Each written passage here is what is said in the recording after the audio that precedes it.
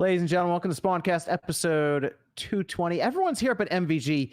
He had some stuff to take care of, something with Abandon and Kojima or something. I don't know. He's off doing developer things. So we got a bunch of other people here there to talk about E3 because we did have a lot happen, but we were mostly going to, I think, talk about obviously the big conferences or the big presentations being Nintendo and Microsoft since, we saw it happen with Capcom. So let's go around here. Sean, how are we doing tonight?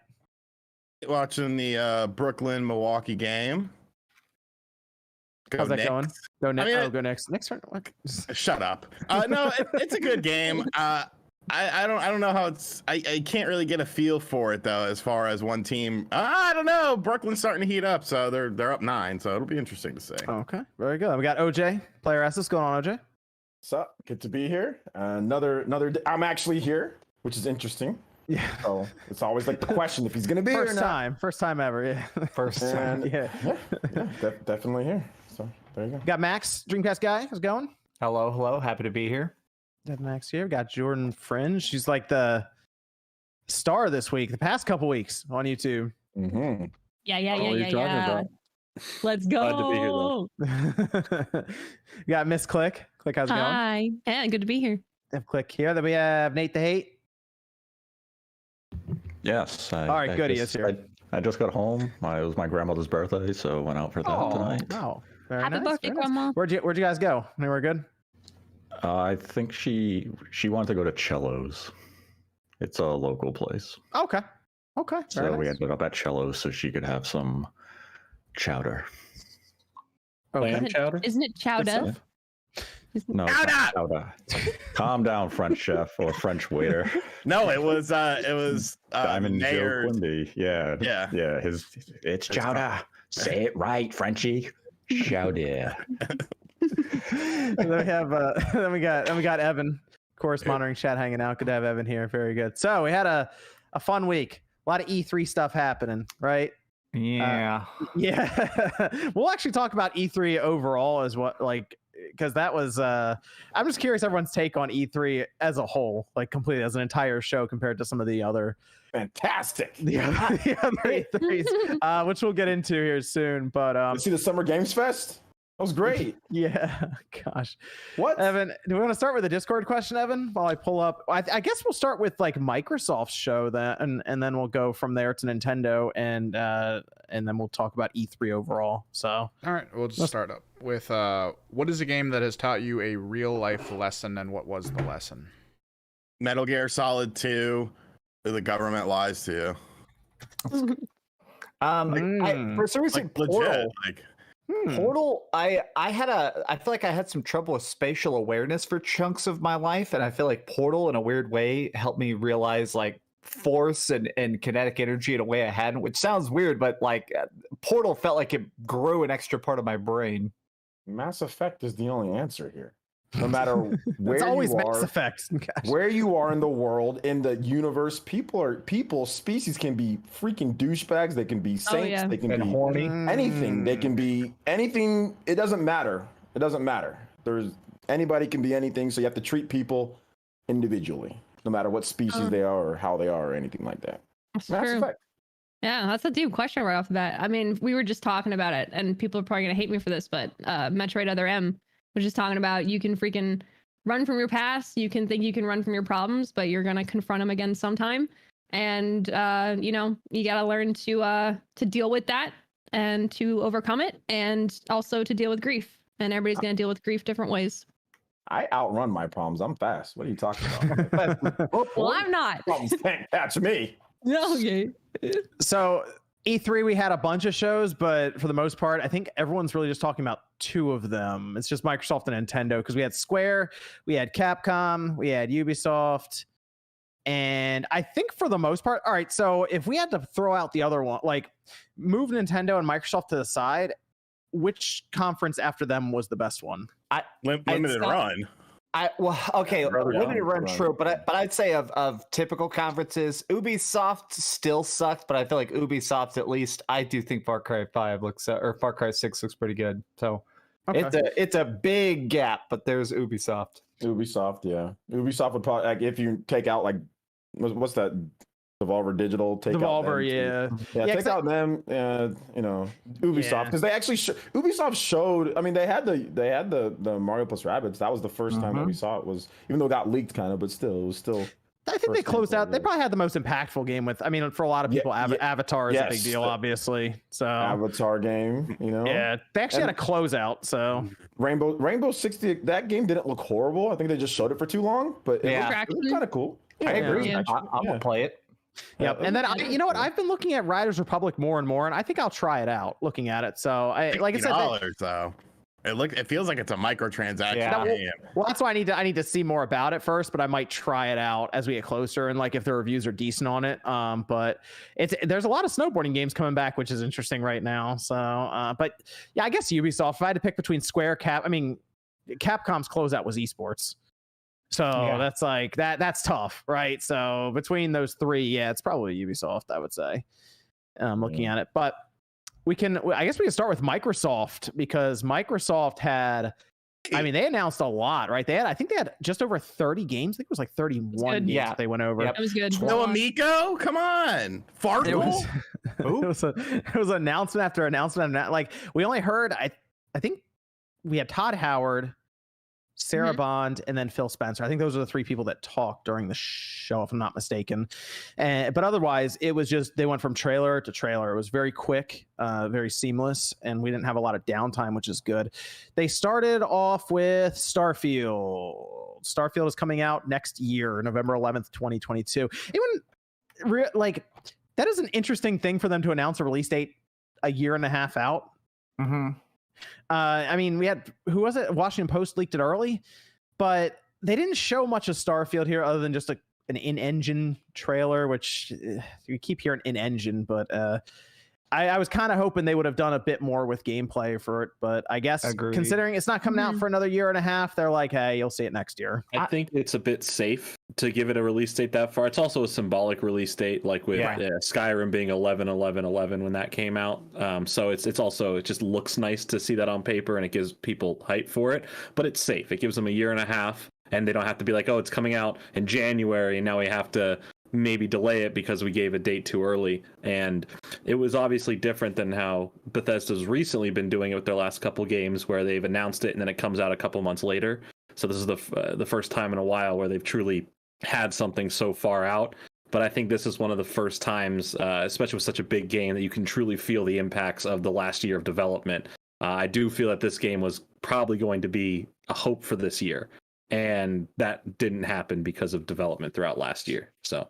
But speaking of development, holy Halo Infinite, my God, biggest glow up of all of E3 was Halo Infinite. Of like the fact that they remember it's been almost exactly a year since they showed that gameplay that was super rough, and it looks so much better. And the fact that they brought it out multiple times, like now here's a whole multiplayer presentation, now here's a whole graphics presentation. Definitely the biggest glow up. I'm glad they came back for that. And Nate, it looks like Starfield is indeed an Xbox and PC exclusive. Yeah. As I said.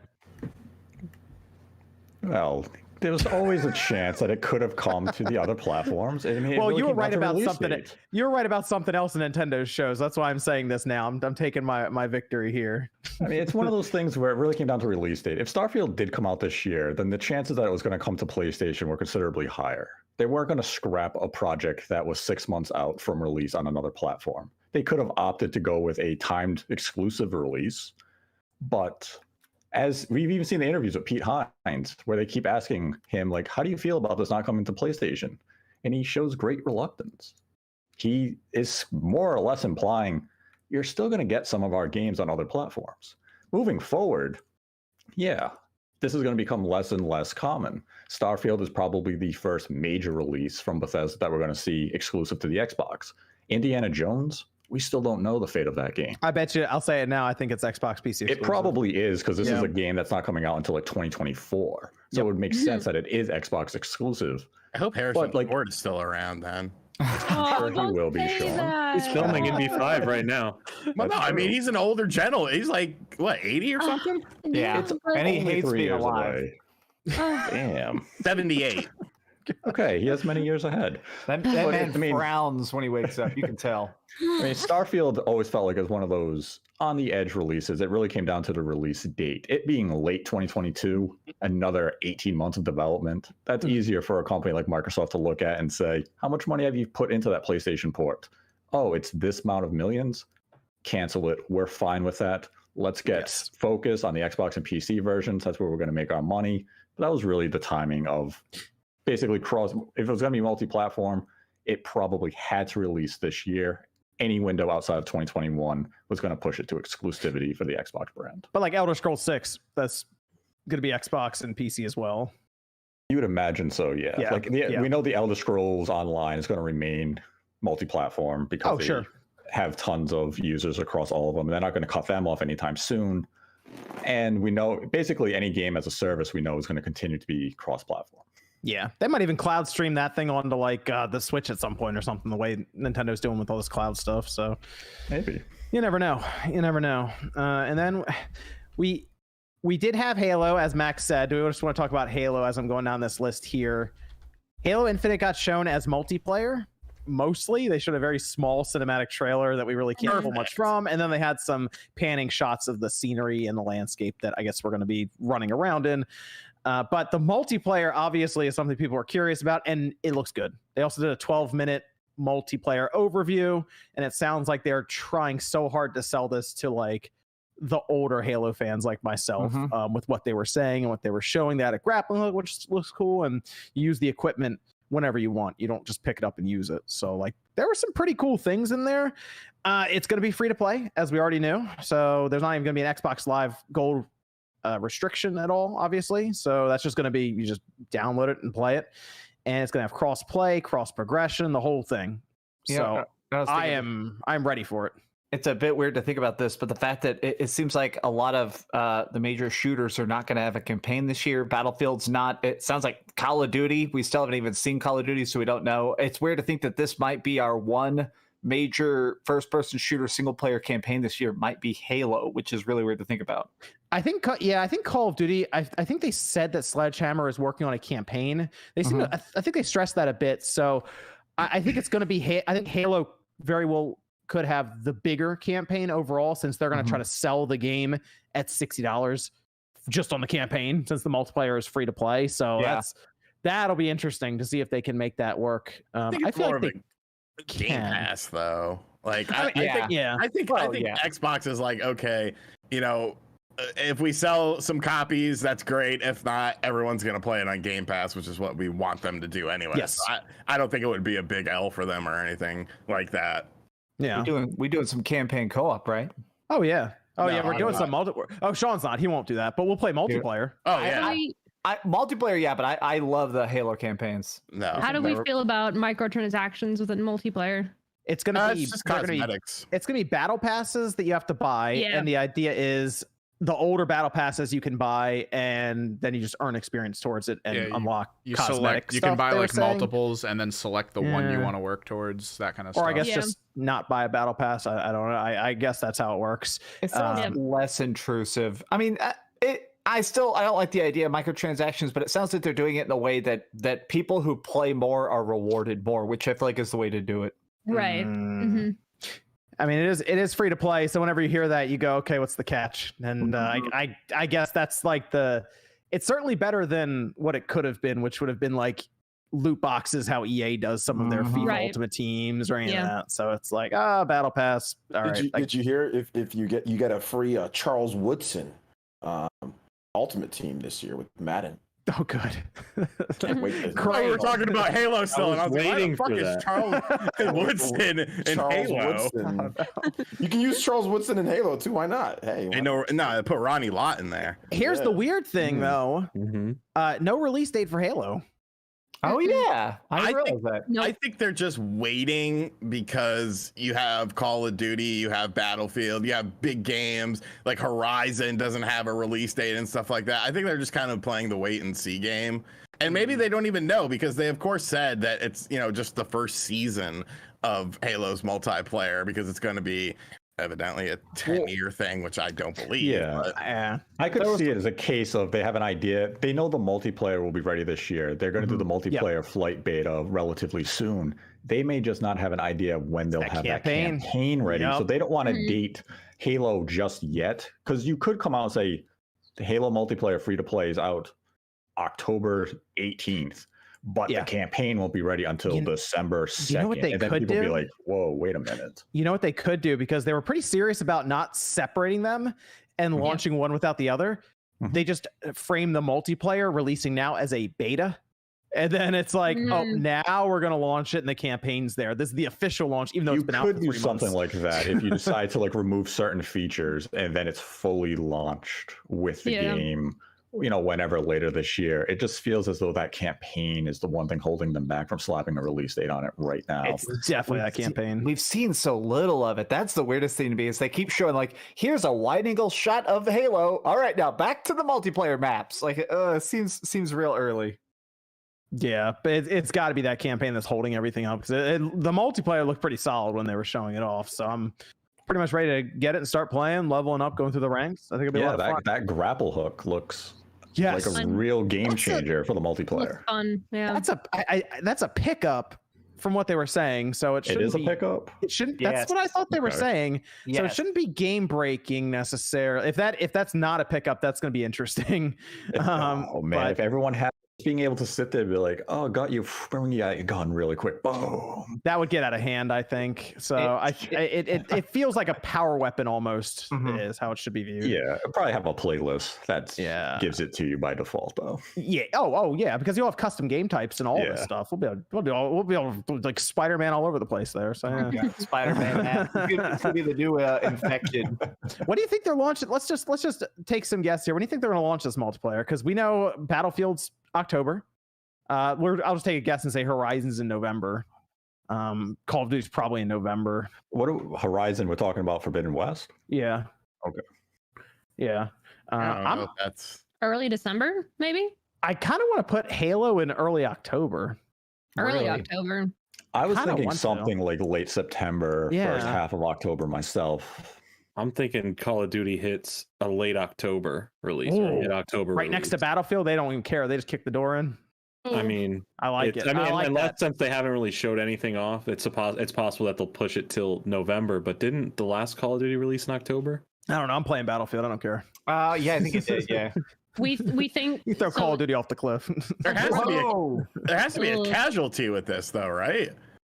What? Call of Duty, Battlefield, and Halo all within the same. You know what? Time let's just go ahead and announce Titanfall 3 and throw it right in there. Yeah, so just get that out of the way now. It's gonna get crowded once all these shooters get announced for like 30 days within each other. Like, it's gonna be crazy if that happens. Did you see somebody released the numbers that Battlefield was the most viewed trailer? It was the most shared trailer, or something like that. So I think everybody's gonna be dodging that this year. So I think once we get that release date, then they're gonna be like, and here's Halo multiplayer. Yeah, just from what I saw with Battlefield, it just, to me, I mean, we haven't seen Call of Duty yet, but that looked really interesting.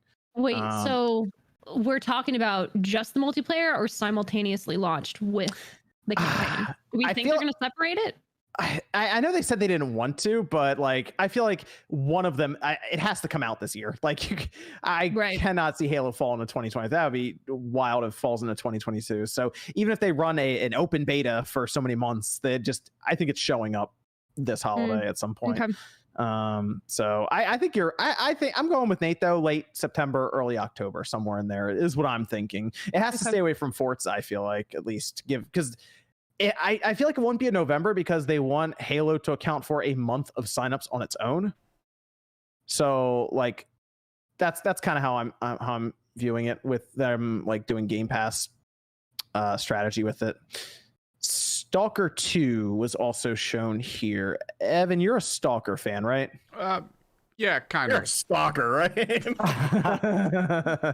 It's a good series. I do like the way it goes, but I don't think they've ever been able to release a completely full, unbuggy, actually not fucked up in story. I remember it was buggy. I remember it's been buggy. Yeah. The first one that dropped, THQ, basically forced them to finish it. Like, they just sent a guy out who I think his only game he ever made was like a Game Boy color game or something, and he just told them all to drop everything and finish it, and that was it. And it's kind of screwed everything. That might have been one of the most impressive games visually I know we had Forza, but like that was pretty impressive, like from what they were showing, considering it's not like 343 or like Playground or something. That was pretty good. You do got to be wary with it. It's always been good. Their engine that they created was the one I kind of stolen for Metro and used over there as well. But they do a lot of really cool stuff with polygon count, the way shadows are semi-transparent stuff, and they do a lot of cool stuff like that, and they show it off in every trailer for all 3 of the Stalker games that came out. They always show off the really cool looking stuff, and then you play it and you get past a certain point and the AI breaks, and I'm going into this with worry. Like, it could be interesting, but they could be showing us really small slices of like, this is how we want the anomalies to work, and then it only works once when you play it, and then the rest of the time it just doesn't. So you gotta pay attention. This is going to probably be one where you're going to want to wait for reviews, honestly. It's going to drop into Game Pass day one, so I'll probably just download it there. But if you're looking to buy it on Steam, because it's going to be on PC as well and Epic Game Store, that's not a bad idea just to wait for reviews for it. Mechanically speaking, as a first-person shooter, though, it's really, really amazing. Like, spraying bullets into a metal canister, knowing that they're going to ricochet out around in there to kill the person in there is like really cool. Or just switching to armor piercing and just shredding it through the side. Like, it's really fun. Okay. Back 4 Blood, it's going to Game Pass day one. It's the Left 4 Dead spiritual successor. It doesn't look that much different than Left 4 Dead, so if you want more Left 4 Dead, there we go. I played it, the beta. It's identical. Like, it's great though. Okay, very good. Very good. The Contraband, which they showed a logo, and they had some details. They had some details on that trailer, though. They had the co-op information. It was a nice logo. Pictures. It's an open world co-op game set in a fictional version of the 70s. Hey, that's some good information. Gonna go to Woodstock and do a bunch of LSD. Wow, it's like I'm really there. Yeah. Amazing. Hey, they gave us a general synopsis of the game, which is better than getting nothing from these type of trailers. At least we have an idea of what Avalanche is approaching this game with as far as a vision is concerned. And they had a good soundtrack choice. Okay. The Ascent, that's out next month on Game Pass. I'll be checking that one out. Sea of Thieves, A Pirate's Life. Is anyone back into Sea of Thieves at all? No. I played it about a month ago, and it was really good, but I just can't care. Yeah, I mean, that's the biggest thing with Sea of Thieves that I remember is like, I wish there was a good story mode, and this looks like it's a story mode that they added in, right? They added a kind of story mode before this, but this looks like fully fleshed out. Yeah. Well, I think it's perfect too, because like I have friends who are working on Sea of Thieves at the time, and like they obviously haven't been able to share it, but they've known for a while, based off of what a lot of us have said, is that we want more of a campaign, things that give a little more direction to the multiplayer. I think for me, I enjoy watching it more. It's kind of like GTA 5 Online. I enjoy watching the content that comes out of that versus me just playing it myself. But personally, I love the fact, like when the trailer first opened, I was like, that's totally not Calypso. And then you actually see, Jack Sparrow with the bone trying to bait the key from the dog. You're like, oh my God, it actually is pirates. Like, I think that was so cool to see, but I think a lot of people will pick it up because it is something that kind of drives your focus a little bit more, but like it's Pirates of the Caribbean. Like, it's an iconic series at this point. Like, so many of us grew up with it. Like, it's freaking Johnny Depp's voice, right? Did they either that or it's an identical voice actor? I don't know. It is sure. Depp. You think? I think it's a sound alike. I can't imagine that kind of sound booth. Yeah, I don't know. What was it? Kingdom Hearts? They couldn't get Depp back for one of them, so they had an identical voice actor. I mean, and they do that a lot in the voice acting business. It's easier to find somebody who will sound identical but work for 1/5 the cost. Yeah. No, I think I think it's really cool. I debated. I'm like, maybe I want to pick this up, but we'll see. I mean, we'll see how long the campaign is. Go ahead, Jordan. It seems like a no-brainer idea. Like, we have this big pirate game. Xbox already has a good relationship with Disney. They're offering Disney Plus all the time with Game Pass, so it's cool to see that it's going a little further than that. Like, hey, let's take one of our games that has a similar theme as one of your properties and put it together. I'm sure that was a big deal behind the scenes. So that'll be cool because there's really no definitive Pirates of the Caribbean game, at least not anymore, So this is pretty cool. I think that's a good way to put some brands together. Oh, I think chat said it's literally the same voice actor from Kingdom Hearts 3. He did a good job in that game too. So yeah. We had Battlefield 2042. It got its gameplay trailer, and I think it looks good. Like it looks like a lot of fun. They also did an extended look in they did like the showcase extended, and they showed off a bit more with some of the gameplay and game types they were doing. It looks solid. Like they had some they had their own what's with all those grappling hooks now? There's grappling hooks everywhere. Grapple hook.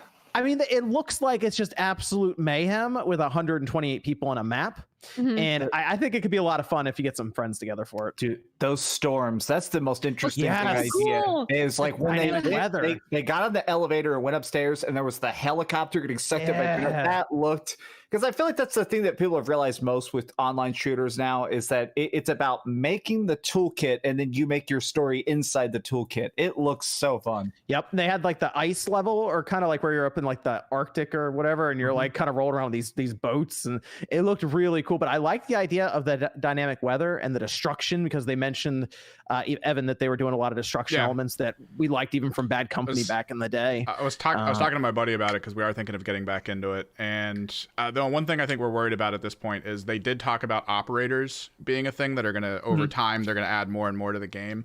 So is that going to be like the microtransaction-y thing if they go that route, that you're going to have to buy an elite unit? Is it going to be played? Is it going to be played where you just get to play them, or is it going to go the Star Wars Battlefront route where you have to like do really good for a while and then you get to like build up an energy and select an elite unit and then play it for a bit? Like, it's going to be interesting. So we're waiting to hear stuff. Yeah, I like the idea of 64 on 64, and you have big tornadoes in the middle of the the level. It's pretty cool. I'm sure there'll be like sandstorms coming in. You got like helicopters and jets everywhere. It should be fun. I can't wait for the content that's going to come out of that. I know, right? From the interview, it sounds like the large map is going to be broken down into those smaller set pieces, and those set pieces are all going to be individually designed to be kind of like a multi-point capture thing. And so like most of the fights are going to kind of center around wanting to take a whole area over so you can get points, and then like you might have multiple wars going on all over. So that sounds really cool to me. I kind of looking forward to that. Okay.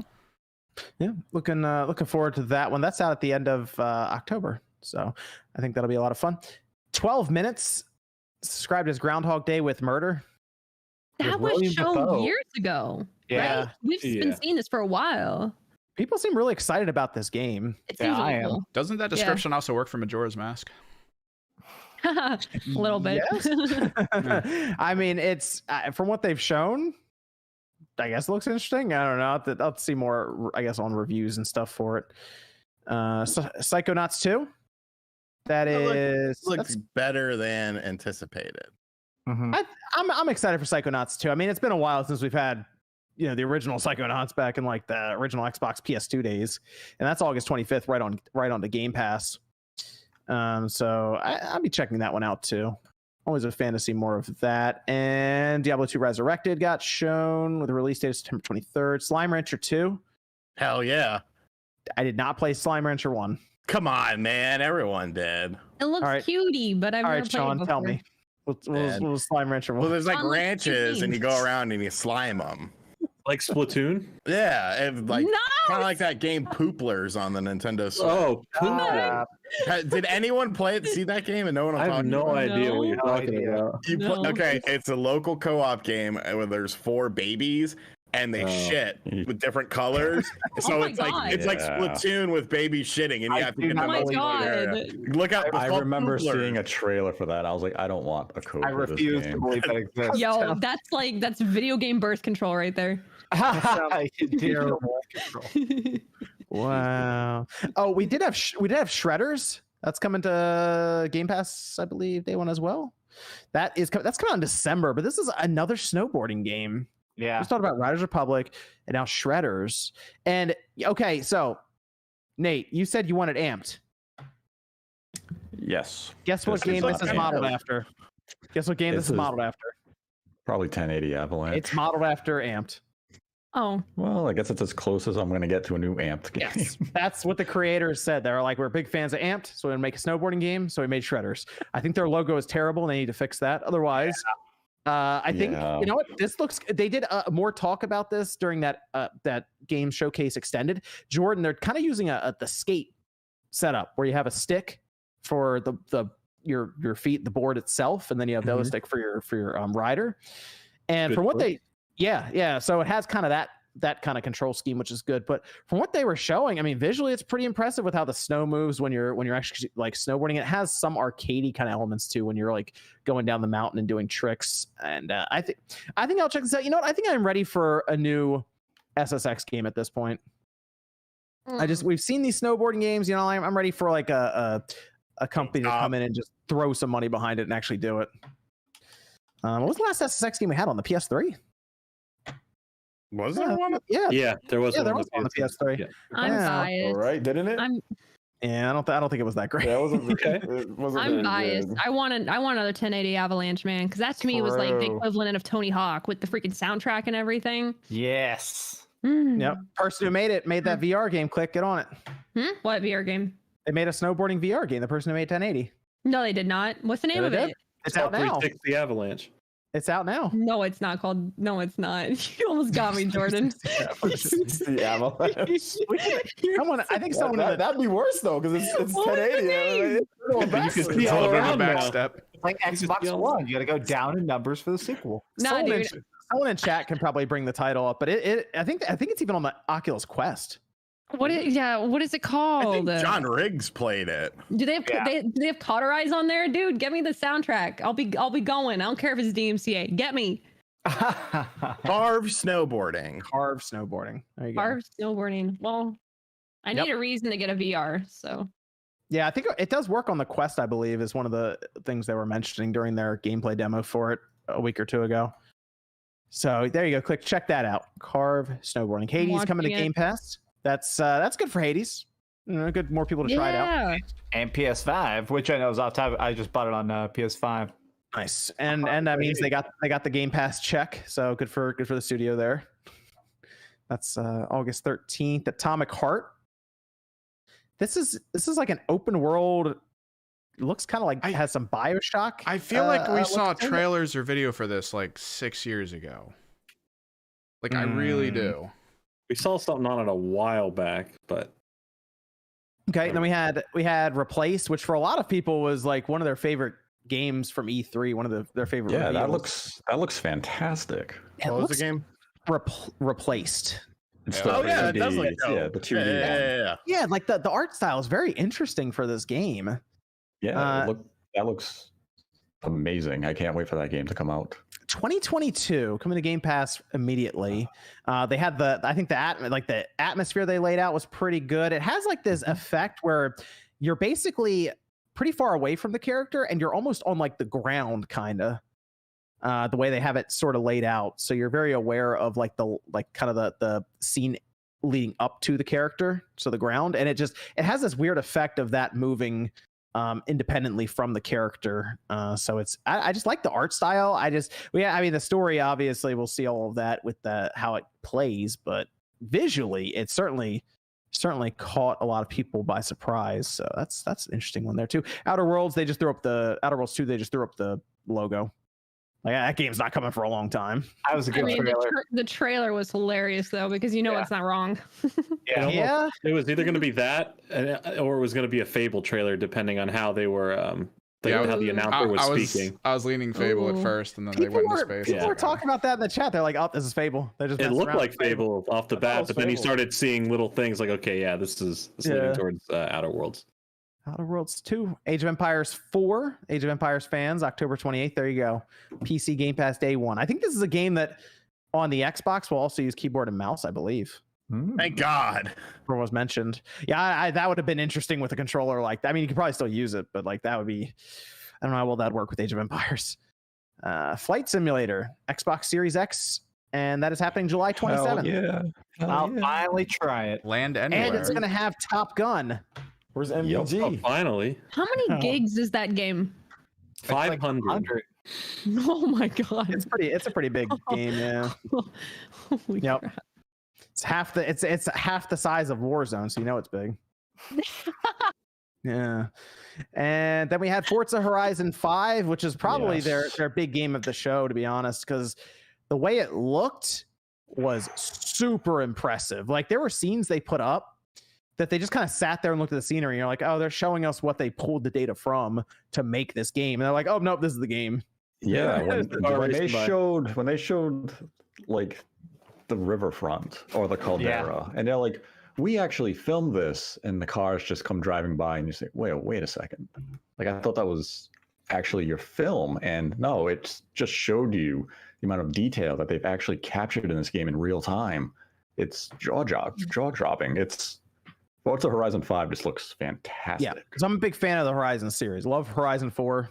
Horizon 3 was good, but like Horizon 4 was really good. So I'm looking forward to Horizon 5. That's out in November. And I think that's going to be a good one to download off of Game Pass. So there we go. So, Go ahead. sorry, go ahead, Jordan. No, go ahead. I was just gonna ask, like, so I've never obviously played a Forza game. Like, I feel like when they were showing everything, it looked beautiful. Don't get me wrong, but like it looked boring. Like everything looked good, but like you're not able to get out of your car or anything, right? Like you're always in your car and you're just driving around. You just drive around, yeah. Is it genuinely just like a seamless kind of experience of like you're just driving around, you run into activities to do? Like You find they're on the map. Like, and they're randomly map, but generated too. Yeah, they So can be sometimes- generated events. Yeah, so they- you might be next to a car that might be like, let's begin a race. And they also talked about if there's a lot of drivers in an area, you'll see an event pop up based on how many drivers are in that area. okay. It'll make up like car tag or hit to this objective and stuff, and it definitely it feels more natural. It does kind of remind me of like what I always thought Need for Speed would turn into, which is let's Oh. make the streets our racetrack. Yep. And then Okay. they have events all over the place that you drive to, and you can go in actual races. You can you drive around, you find billboards and like fast travel points, and there's stuff hidden everywhere. And you can hit piñatas in Mexico. That was a fantastic idea. Do that? Fantastic gameplay. Yeah.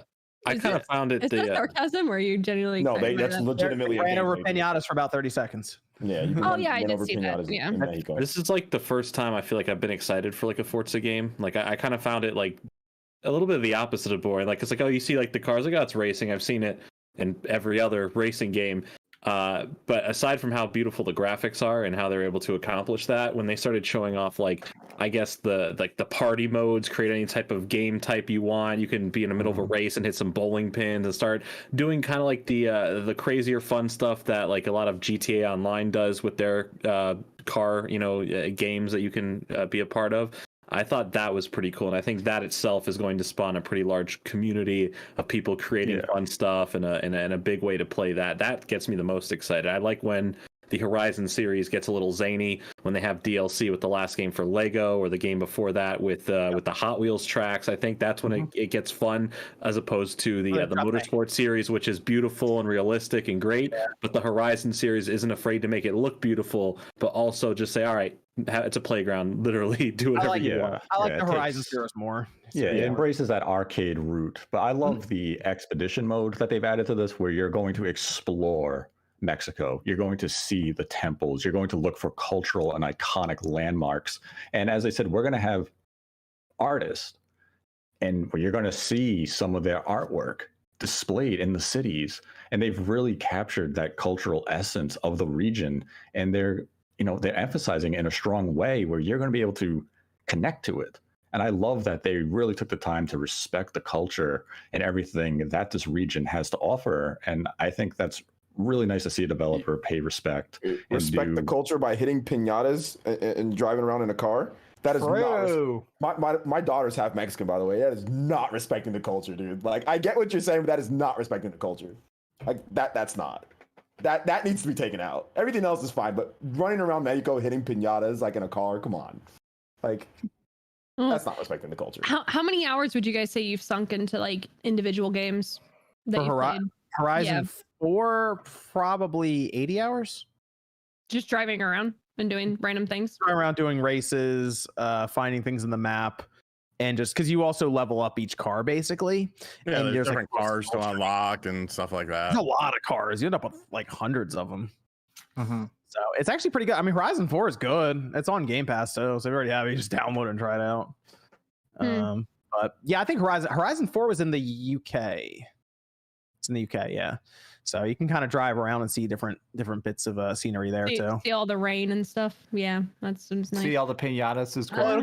Well, Horizon's 4 big thing is they went through seasons. So it'll be winter, spring, Oh, yeah, summer, that's true. I remember seeing that. fall. It's pretty cool. Like it'll go It's between them. on PC. Do his call. It's on PC, right? Yeah. Yep. It's on PC and Xbox. I'll try it. Yeah, it's a lot of fun. It's a good series to check out. So that's in November. So be checking that out immediately. So good stuff there. And that was Microsoft show. What everyone think of Microsoft show overall? I think it was my favorite of all of them by a small margin, just by bulk. I think Nintendo was more fun to me in sections because I am a Advance Wars fan and I do love Fatal Frame, so it's cool that they were there. But an hour and a half of just all games was really just overwhelmingly cool. Okay. I think this is probably Microsoft's best show they've probably done since I can remember an E3. I mean, I guess if we go all the way back to like when they were showing off things like Halo 2, it's like, well, yeah, that might be better. But like I'll say in the last 10 years, easily, because otherwise we got to go back to when they were saying TV over and over again. There was also Redfall at the end. That was their stinger. I was going to bring up Redfall as well, but the thing with Redfall that's weird. All right. Saw a CGI trailer. Thanks for reminding me actually about that, Jordan, because Redfall, that's coming from Arcane, and they showed off the CG trailer, right? And that's fine, but it's a new IP, and I kind of feel like I know what it is, but I'm not 100% sure as to how this game is going to play because they showed it as a CGI trailer, and that'd be fine if it was coming out like years from now, but it's out in 1 year. Hold on, that's the one with the vampires and stuff, right? Yes. I was getting very like Back for Blood vibes, but vampires. No, yeah. Mm-hmm. It looks Like, like 4-player didn't- co-op, more actiony, magic elements, stuff like that. Like I love new IPs, don't get me wrong, but I feel like I was still getting the same vibes, like being down in that long alleyway, like street, with like storefronts that they were going into, running from enemy types, stuff like that. Like, I don't know. Mm-hmm. But that's the thing. Like if they had done like the CG trailer and then they cut to gameplay, then back to the CG trailer, then I'd be like, okay, I understand what's going on here because they at least give us a look at the HUD. Is it third person? Was it first person at the time? I was trying to figure out how the gameplay was going to be just based on and I mean, we just had the Outer Worlds trailer earlier in that same presentation that was like, we're gonna show us cool stuff and none of this is probably going to be in the game. And I'm kind of thinking about that with Redfall. I'm like, they showed us all this cool stuff, but like, is it actually going to play out that way when we're going through the game? And that's just the way they presented it with the CG trailer, which again, we're a year out. So I think some trailers do a good job of like showing the abilities that you will use in the game, like in a cinematic kind of version, in the CG. And I think if they do that right and the gameplay translates to it, I think the reception will be like pretty well. But I think when, again, like you were saying, they show unrealistic things that you don't even happen, like it's not possible for you to do in the game. I don't know. Like, I feel like, I think the open world fact, I think if they'd shown more of that, I think it'd be really, really cool. Cause that's what they were saying, right? It's open world. Did they? Yeah. Didn't they say it was going to be an open world game? I don't remember that. I just saw them talking about the fact that it's like science accidentally created vampires and they got all this magic, and I saw that little bit of an interview, so it seems fun. But yeah, I agree the fact that it's a weird taste test, because let's face it, if this is Left 4 Dead style, there's not going to be all this dialogue and narrative and stuff. It's going to be maps in an order, but we'll see what it turns into. Yeah, so that's the biggest thing there, is there's still a lot of questions around it when they were trying to show off new IP. It's cool that Arcane's doing something like that. That's cool. So I definitely don't think it was stinger worthy for the end. Like that could have been a cool announcement, especially if they're not showing any gameplay. That would have just been a cool, like, middle of the show announcement. Here's what Arcane's doing, and then maybe I don't know. I don't think there's any real thing they could have ended on that we didn't know about. Elder Scrolls 6 again. Right, again, here's the logo twice. I feel like they could have ended it out better is if they had something ready for Halo's campaign, because they could have ended it showing the Halo multiplayer and then cut to a cinematic to explain what's happening in Halo Infinite, and then end with the release date. But like, they didn't have the release date. They had a pretty small cinematic. I think that would have been way better to end that way. Take Halo Infinite where it wasn't a show, flip it with Redfall, and then end with a cinematic for Halo Infinite, ending with like Chief saying something cool, and like then it just cuts to the release date or something, and they end it that way. Because they're building, people have been like, wait, where's Halo Infinite? They haven't shown it at all, and then it ends the whole show. So yeah, I think that would have made it like a really, really good show then. But overall, I was happy with Microsoft showing. I think they did pretty good. It's the show they needed. I think it's the show that they needed at this point in time. What they showed was a good roadmap of landmarks that are coming up in their Game Pass plan. They have shown us games that are coming out in 2021 with like Forza Horizon 5 and Halo. They've showed us the promise of what can come in 2022 with games like Redfall. And even in some previous, events, they've showed us games like Avowed, Hellblade 2, Perfect Dark, Fable. Sure, those might be 2023, but what they're showing us is that their roadmap moving forward for future releases is going to be diverse and it's going to be fairly abundant. And I think this show just highlighted that further. They still have a lot to work on in the immediate, but overall, I think it was a quality show that if you have an Xbox or you're looking into Game Pass right now, you can look to the future and say, there's a lot of appeal in this service or this platform, and I'm looking forward to what Microsoft has to bring over the next 12, 24, or even 36 months.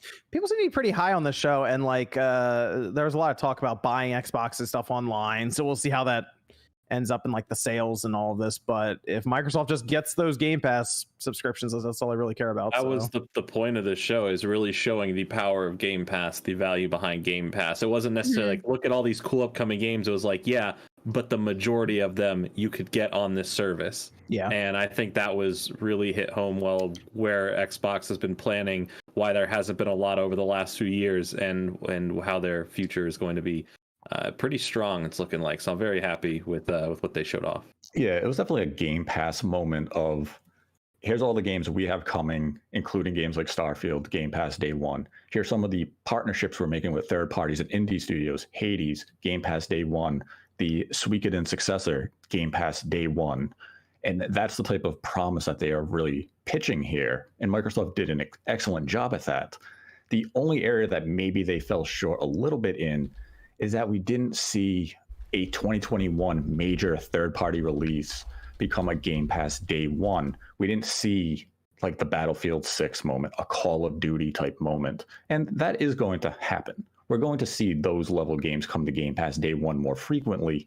I think if they had something of that tier at this presentation, they probably would have had a knockout punch where you really would look at Sony's upcoming holiday lineup, which we know nothing about, and say, Microsoft is in a much better position comparatively to Sony, but they just didn't have that moment. And as we mentioned earlier, we still have that uncertainty of when exactly is Halo Infinite hitting. Mm-hmm. Right now, all we know from Microsoft for their holiday lineup is Forza Horizon 5.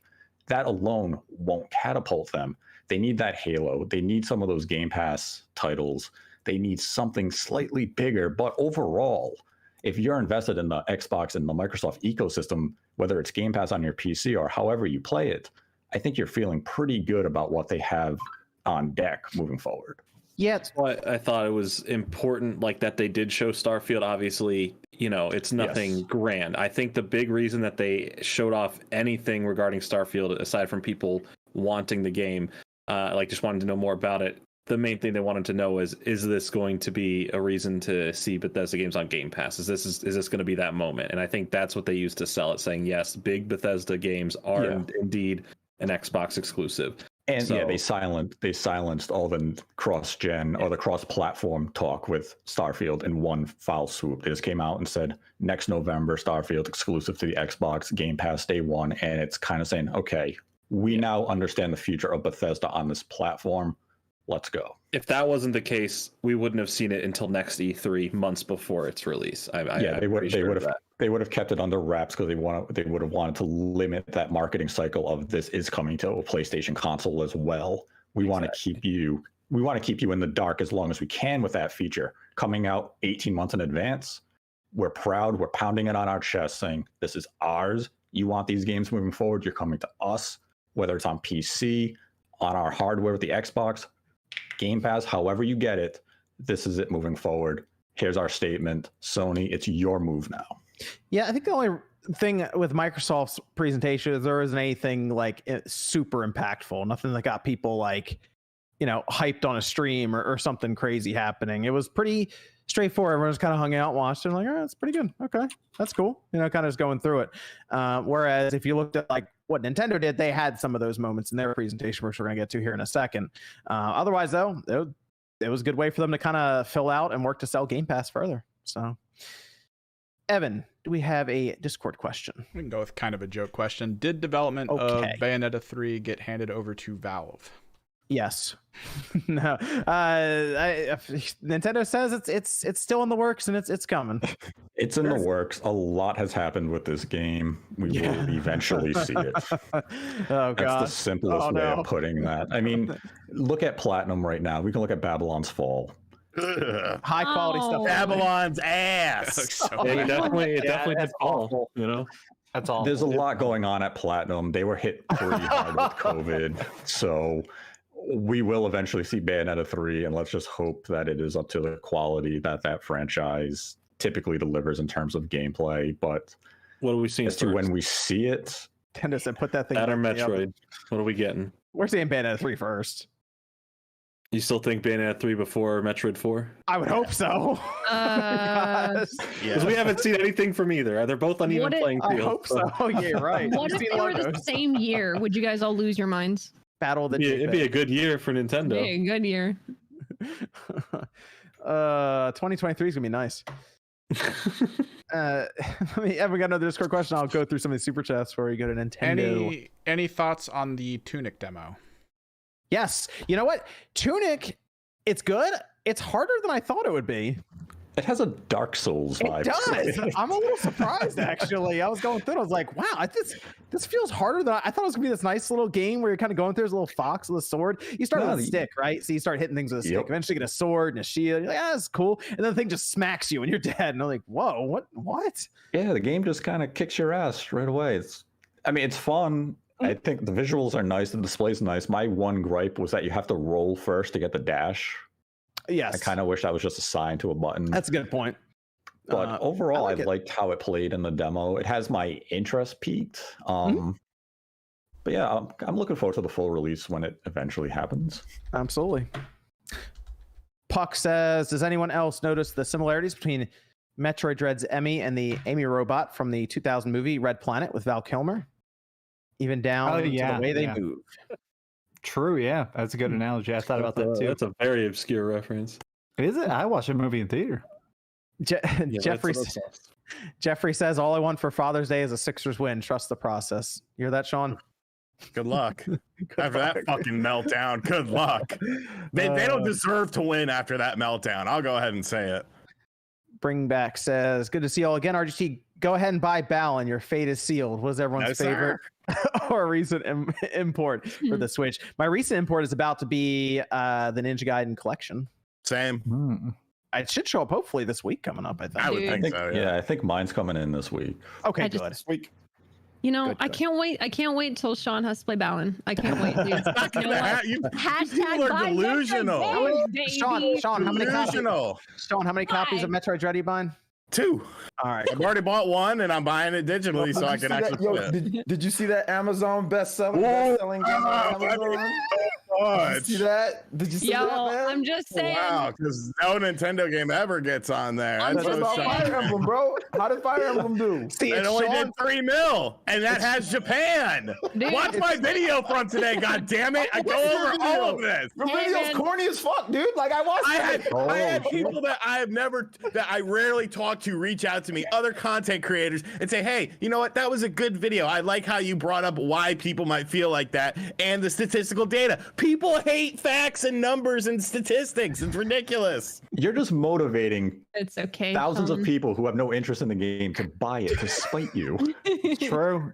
That's fine. You gotta make up for Japan. We gotta go over that. We gotta go over that real quick, actually. Oh. The bet. What were you saying, Click? Go ahead. No, I'm just gonna say Twitter agree with me. Buy Metroid games, y'all.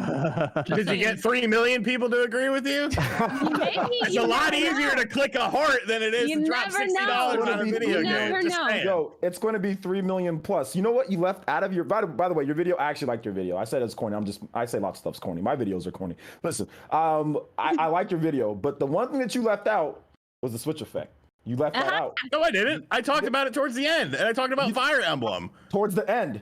You did not put enough of an emphasis on it because that has been a bigger factor. Well, if we factor that in, then why did Fire Emblem only sell 3 million when it's a popular franchise both in the West and Japan? 3 million. I was corrected. I was corrected, and that's fine. Yeah, but still, that's 3, and that's 3 million in the U.S. and Japan. Metroid does not move in Japan. It hasn't since 1986. Metroid has a bigger base of people here. You know what? Let's find out, Sean. If you're getting Metroid.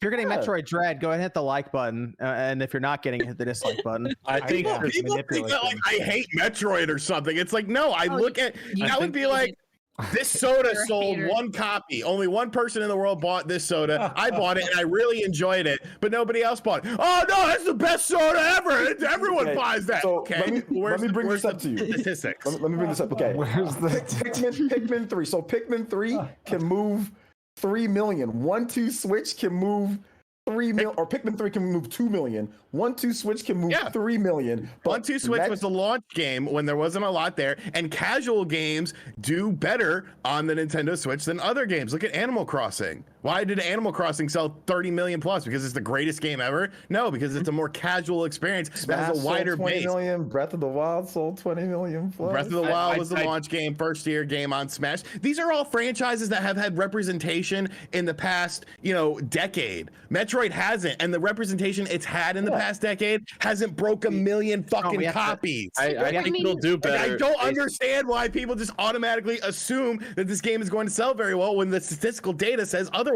If it does sell well, this will skew the statistical data for the future of Metroid. Good. I'm glad. We'll get more Metroid games. I have bought 2 copies of the game. I obviously want the game to do well. I'm just saying everything leading up to this point has said otherwise. Yeah, didn't Breath of the Wild skew Zelda's sales data? Yes, it did. Yeah. So and that's the Switch but effect. Zelda hasn't had a problem of breaking 3 million. Well, here's where I think this is going to have the chance at doing. This is where it's going to have the chance at doing a bit better than something like Sniff 10.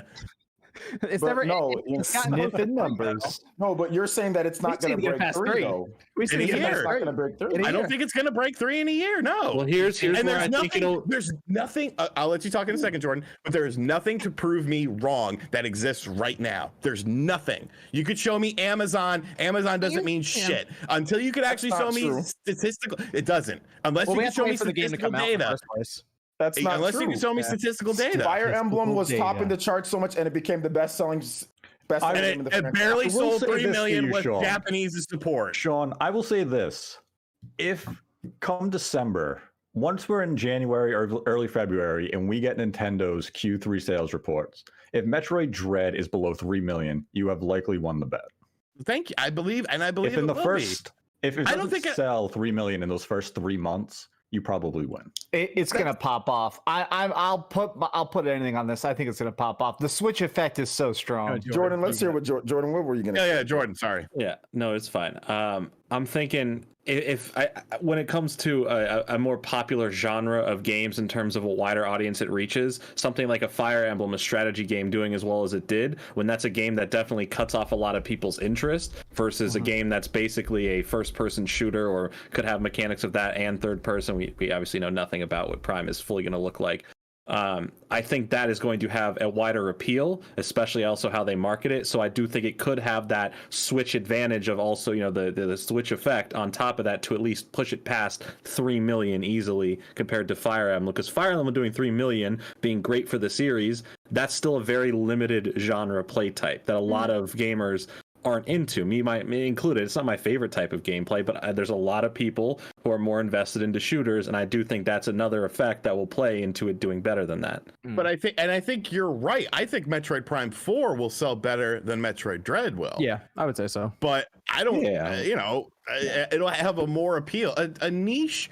The Metroidvania genre isn't this huge genre. If anything, it's been oversaturated by, like I mentioned in my video, so go watch it, other games within the genre that are a fraction of the price. And is Samus enough of an iconic character to help move 3 million units in a year when a Metroid game has never broke 3 million units? I think the character is, and I think with having Dread get the attention it is right now, I think that's important to Nintendo's build up for hype for Metroid. I think if they hit this game well, they move on to the trilogy for the Prime series, that hits well, then I do think they're charting a course for success with 4, especially with how much time and money they put into that game.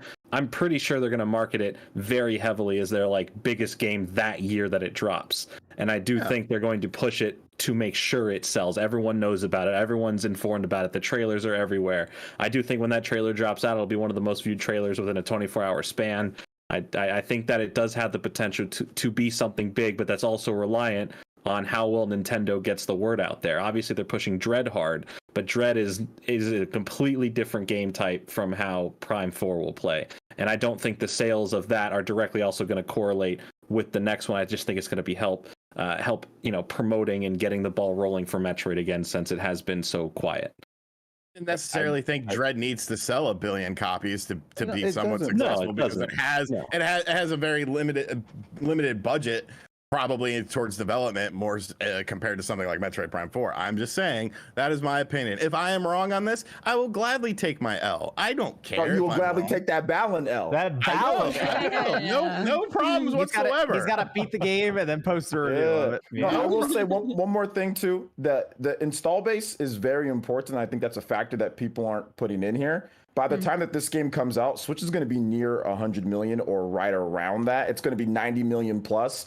That is a lot of new people that are going to pick up that can have the potential to pick up a game. So I do think that's a big factor too. Oh, Jason, I wonder is if we get into next year, because remember this thing, we get a whole year on this for the sales. If we get into next year, and let's say they drop a Prime 4 trailer like next E3 or something, I almost wonder if the sales for this would spike just because Metroid's back in the news again.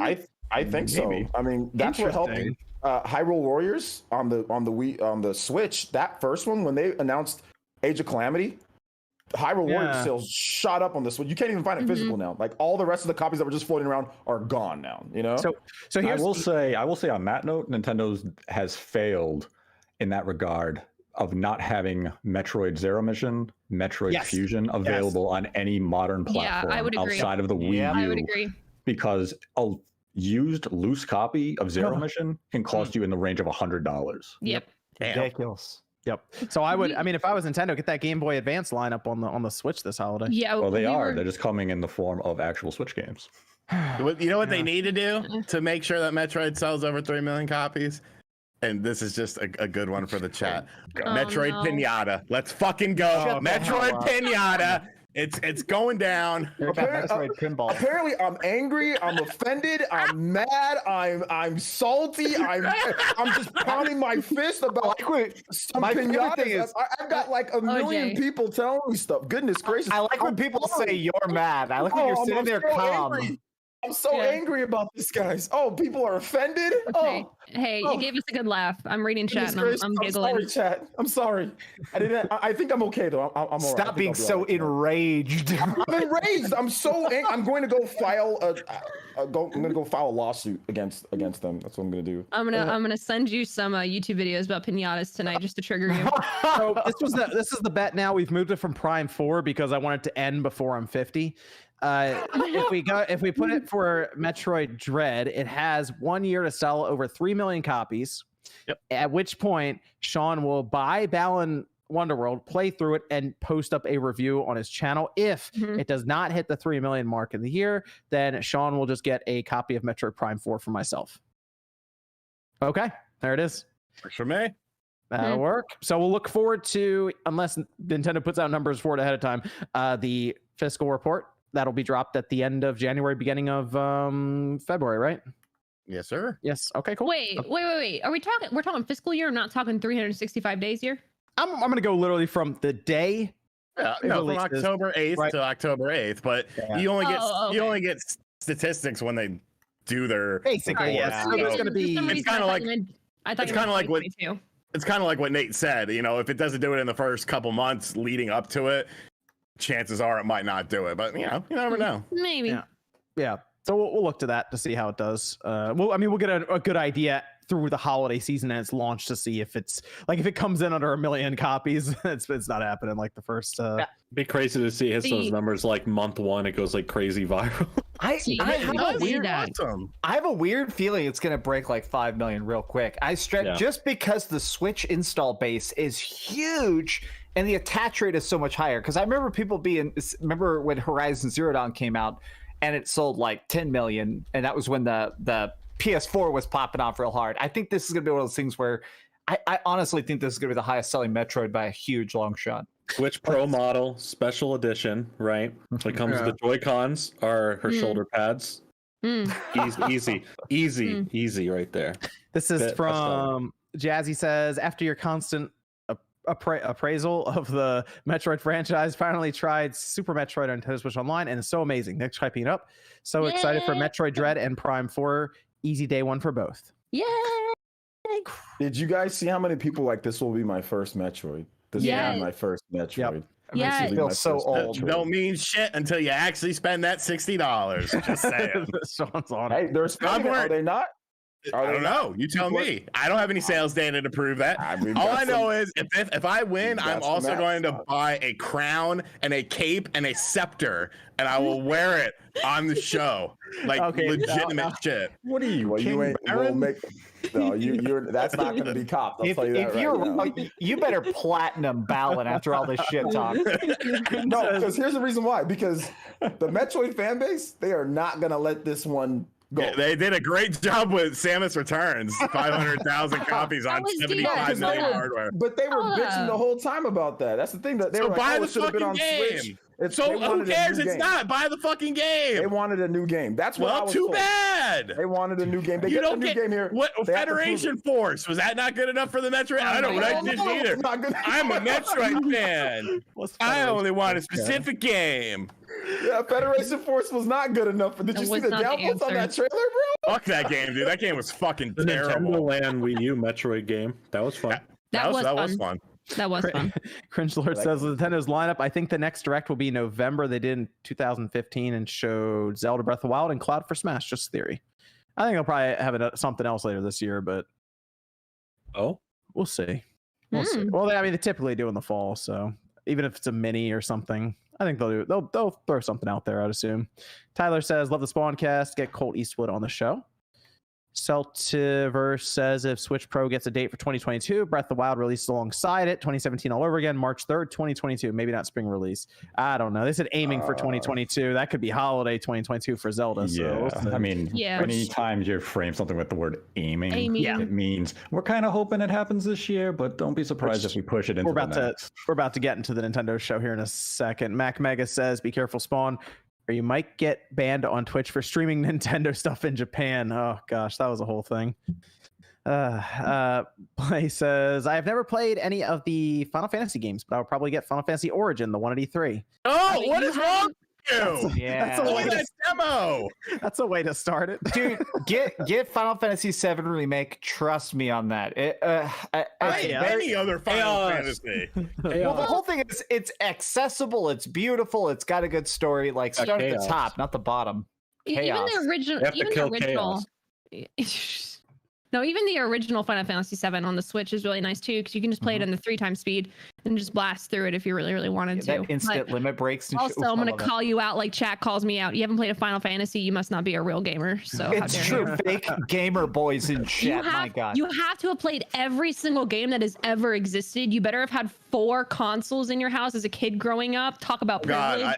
You better have known every single thing. And you better have killed Chaos. Right? You play it on your phone.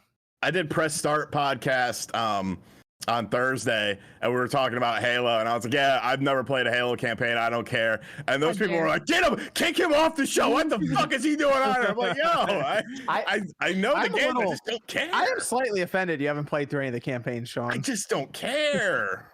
I had a video where one of the first mean comments I ever got that cracked me up is I forgot what city that the Infamous games took place in, and this guy made me a huge thing of, you don't know if it's Chicago or Seattle. How the fuck dare you delete every video you've ever made? I was like, whoa. There was one time, man, where I was trying to play a game. I think it was called Viva Pinata, and the chat was like, how dare you?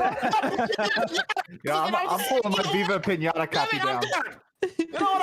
I'm done. I don't want to play Viva Pinata. Sean, I'm out of here. No, it was offensive. It was very offensive. But like, that game, I don't like it. What did it take place in? Time to trigger OJ. This is it. I'm so sorry, OJ. I don't want to do this, man. I don't want to do this. Oh God, Viva Pinata. I'm so sorry. Did it take place in Mexico City? Maybe. I'll ask the developers. The Flamingos fell in the Need for Speed Heat game. Let me get I'll get my copy of Forza. I'll sandwich them together and see if that doubles the triggering. You never played the iconic Halo 1 franchise or the campaign? No, I don't care. Wow. See, my whole thing was I didn't have an Xbox, and You've never played the Silent Cartographer. Oh, Never played that stage. I don't know what that is. that one It's one of the best levels. That one hits kind of hard. So It's one of the best levels of all time. You have to know my yes. introduction into Halo, though, because You have when I was Game working, Pass, you have an Xbox, you have access to Halo. yeah, I've been playing other shit. So I was working at GameStop at the time, and like the Xbox 360 had just came out, and everyone was like, "Oh, Halo 2, Halo 2." I was like, "Oh, I don't have an Xbox." So my manager, who was an absolute piece of shit, but I mean, he was cool at the same time. He would just work us to death, like off the clock. We would do these Halo tournaments after hours, and like he would have a bunch of friends come. I would invite some friends. We would get some like pizzas and stuff and just stay in the store for like hours. And we would do, we had all the CRTs, so we would hook up and do Halo 2 LAN parties basically. And it was so much fun. And that was how I was introduced to it, was the whole multiplayer side. And I was like, well, what's the single player about? And they're like, if you want to check it out, check it out. But that was how I was introduced to it. So I didn't care, and I still don't care. Man. That's rough. It's good campaign, Sean. It still holds up now. I'll take your word for it. You got Master Chief Collection. You just download it. I've been playing other games. Reach was pretty good too. Oh man, Reach had a good campaign. Mario Golf is coming out this week. I got a lot of stuff to play. Oh my gosh. They got that new Dog City shit coming this week. No, Yeah, it is this week. 24th. Yeah. So I'm about to play through the campaign of Mario Golf. We won't play through Master Chief's story. It might have to do it to get different characters. What do you play first, Balan or Halo campaign? Oh, I would play Halo campaign way before. No, that's a gift. That's like a reward. Yeah. I'm just saying, you're reluctant to play either, so. No, I would, but now it's just kind of a meme.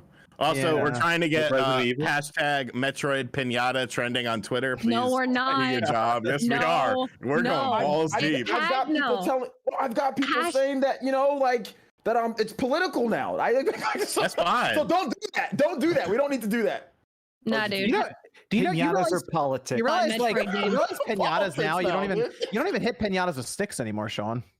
No, my cousin had a birthday party for her son, and like my cousin's girlfriend is Mexican, and like her family did the whole birthday party at their house, and there was like 20 pinatas just like hanging in the backyard, and she's showing me all these videos. I was supposed to go to it, but I was like, I don't really feel like going. And I got mad because I was like, I'd had fun with those pinatas. You just pull strings now. That's how they do it. No, the kids were beating the fuck out of these. Well, pinatas. that's how they want you to do it now. It's like you just pull strings. Yeah. Did they invite you back into the house to watch Dragon Ball Z after, and your mind was completely blown? Oh my god. No, these were Hispanics, not black. Whoa, okay.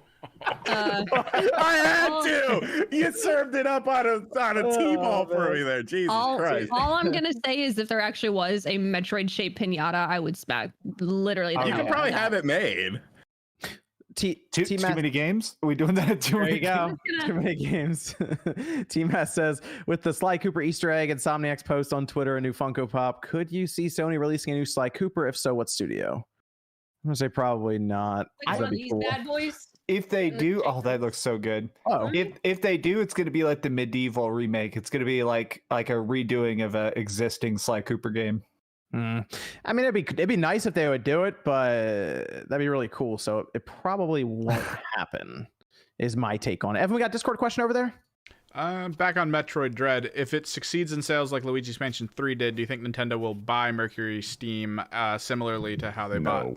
All right. Okay. Just dropping the no. All right. Nintendo is not going to buy Mercury Steam. That's a good point, though. Look at did you see what the Switch effect did to Luigi's Mansion sales? Whoa. Wait a minute. Switch effect. Massive Switch effect. Hold on. That's pretty big. Sean's going to bring up the data of Luigi's Mansion 2 versus Luigi's Mansion 3. I will bring up the data, because the original Luigi's Mansion on a console that, what did the GameCube sell? 22 million or something? It sold 3.3 million. Luigi's Mansion Dark Moon on the 3DS, 6.3 million. Much more successful than Metroid. Carry on. Yeah. So the Switch, okay, Sean? Now the Switch version sold how much, Sean?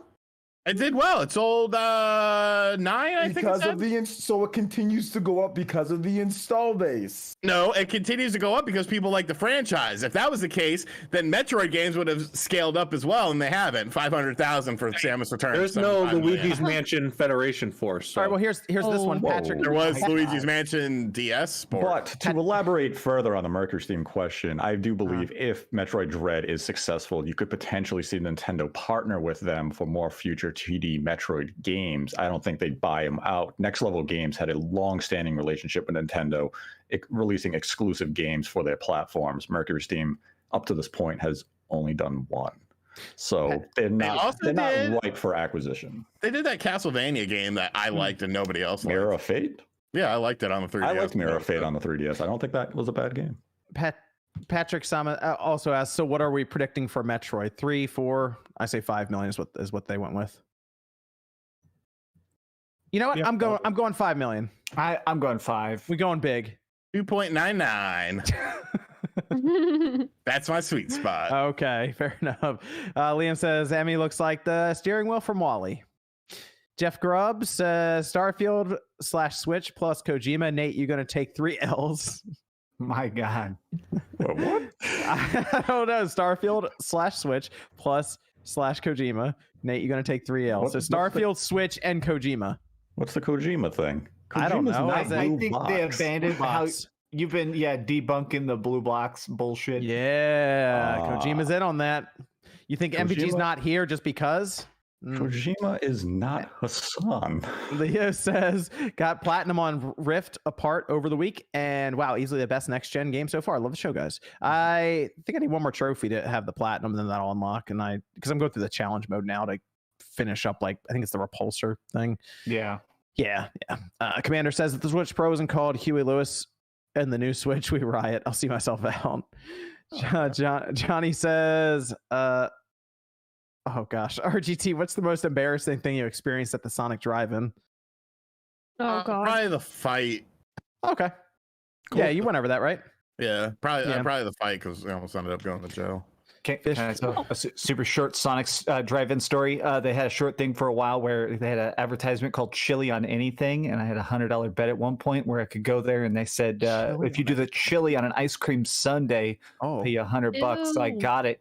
They put chili on the ice cream sundae because they had to do the agreement, and the grease congealed, so it had like this thick crust of meat across the top. And I ate one bite and just projectile vomited everywhere. I got $100. Fish Fan says thanks again everyone for coming to do the Spawncast. Art RGT, what were the good eats from Gmod this week, and what no cosplay this week, RGT? And technically, I got a cosplay. No, she texted me. What was it? Yeah. No, it was yesterday. No, it was Thursday. She texted me Thursday morning. Hey, I'm gonna be in the area. I'll be stop by in an hour. And I was like, fuck, because I had to tidy up before she comes. But she brought me a chicken cutlet sandwich, sausage and peppers, and she went to the grocery store and bought a bunch of ice cream sandwiches because she wanted one, and she left the box with me. Okay. Nice. That sounds pretty good. And then we have Bryant saying, out of the original PS1 versions of Silent Hill, Dino Crisis, and Parasite Eve, which one should get a full remake? Parasite Eve. Silent Hill. Parasite. We already have a Silent Hill 1 remake. It's called Shattered Memories. Yeah, I say Parasite Eve. I still go with Silent Hill. Dino Crisis. Shattered Memories was a good Silent Hill game, but I think it just deviated a little too much from the source material. So I'd like to see a true ground up Silent Hill 1 remake. Okay, let's go to Nintendo's E3. This was about 40 minutes, I think. They started off with Kazuya from Tekken, joined Smash Bros. Ultimate. OJ, what's the feeling over there in the Smash community on this one? They think he's a Shoto, which is completely wrong. Shoto comes from Street Fighter, which is like the martial arts style from Ryu and Ken. So that's the current argument right now is, another Shoto. They're calling Terry a Shoto. They're calling Kazuya a Shoto. That's not it. He's not a Shoto. That's just Street Fighter thing from Ryu, Ken, all the people that learn from that discipline.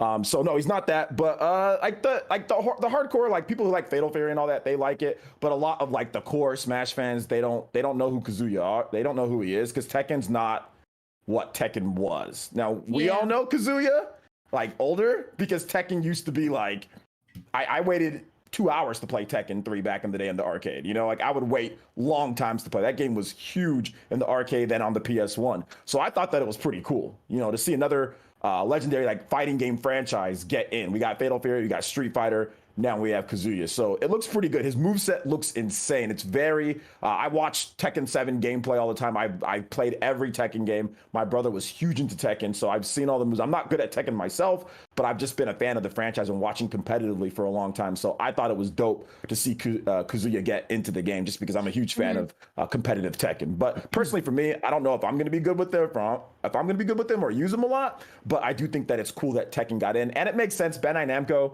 like, you know, get their rep. Yeah, their rep. I mean, I think that maybe they should have maybe put him a little bit earlier. Maybe that would have been better if he was like, maybe he closed up the first Fighters Pass, but you know. Yeah, whatever, I can see that. Yeah. Okay. Yeah. That's, you're going to see more about that on June 28th. Mr. Sakurai presents. So, but yeah, his moveset looks insane. If you play Tekken, you'll be happy with it. Just because, even if you don't play Tekken, like if you just try him out, like there's a lot of people that like Terry, even though they don't know what Fatal Fury is, and they tried out Terry. He's like, yo, he's actually really fun. So yeah, but his moveset looks dope. His Final Smash looks really cool. I'm actually looking forward to the Sakurai. Sakurai's doing like a presentation on him next week.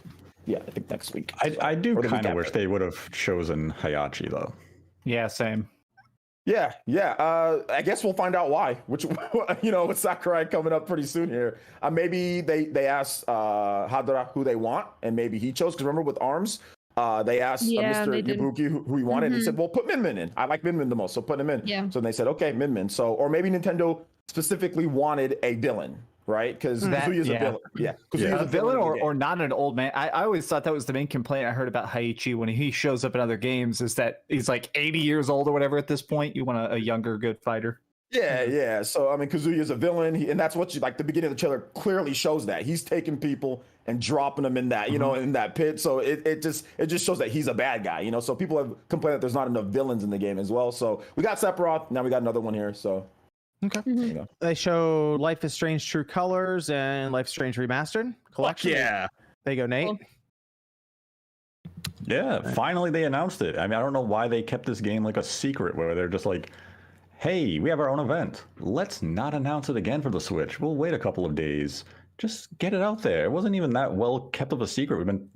I thought that was already since revealed last summer, and it's just like, finally, it's out there. And I mean, now I have to make the tough decision of, do I play the third one on Switch, or do I continue to play it on the Xbox?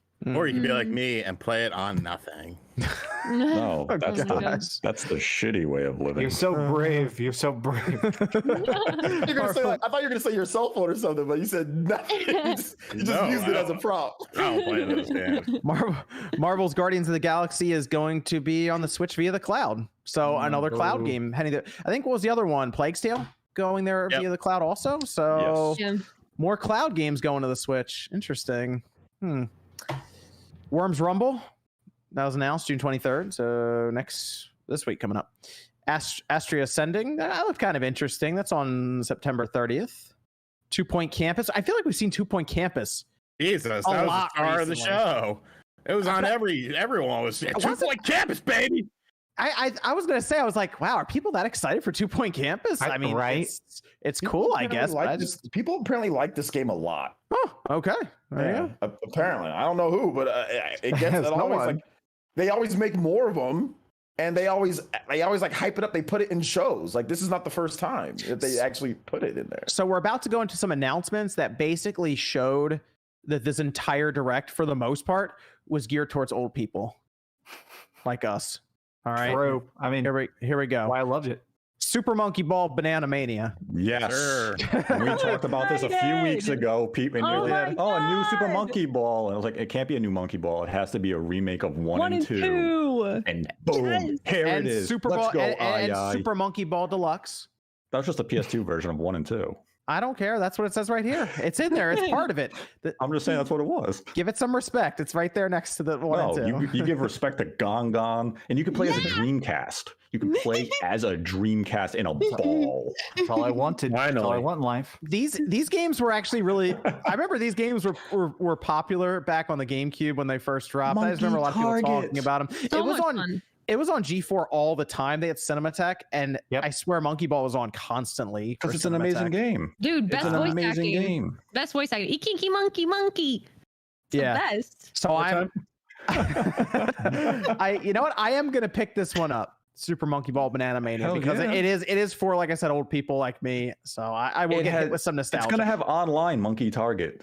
Yeah, and they showed some gameplay from the old GameCube version, and so I was like, Yes. that's fun. Okay, so I'll pick it up.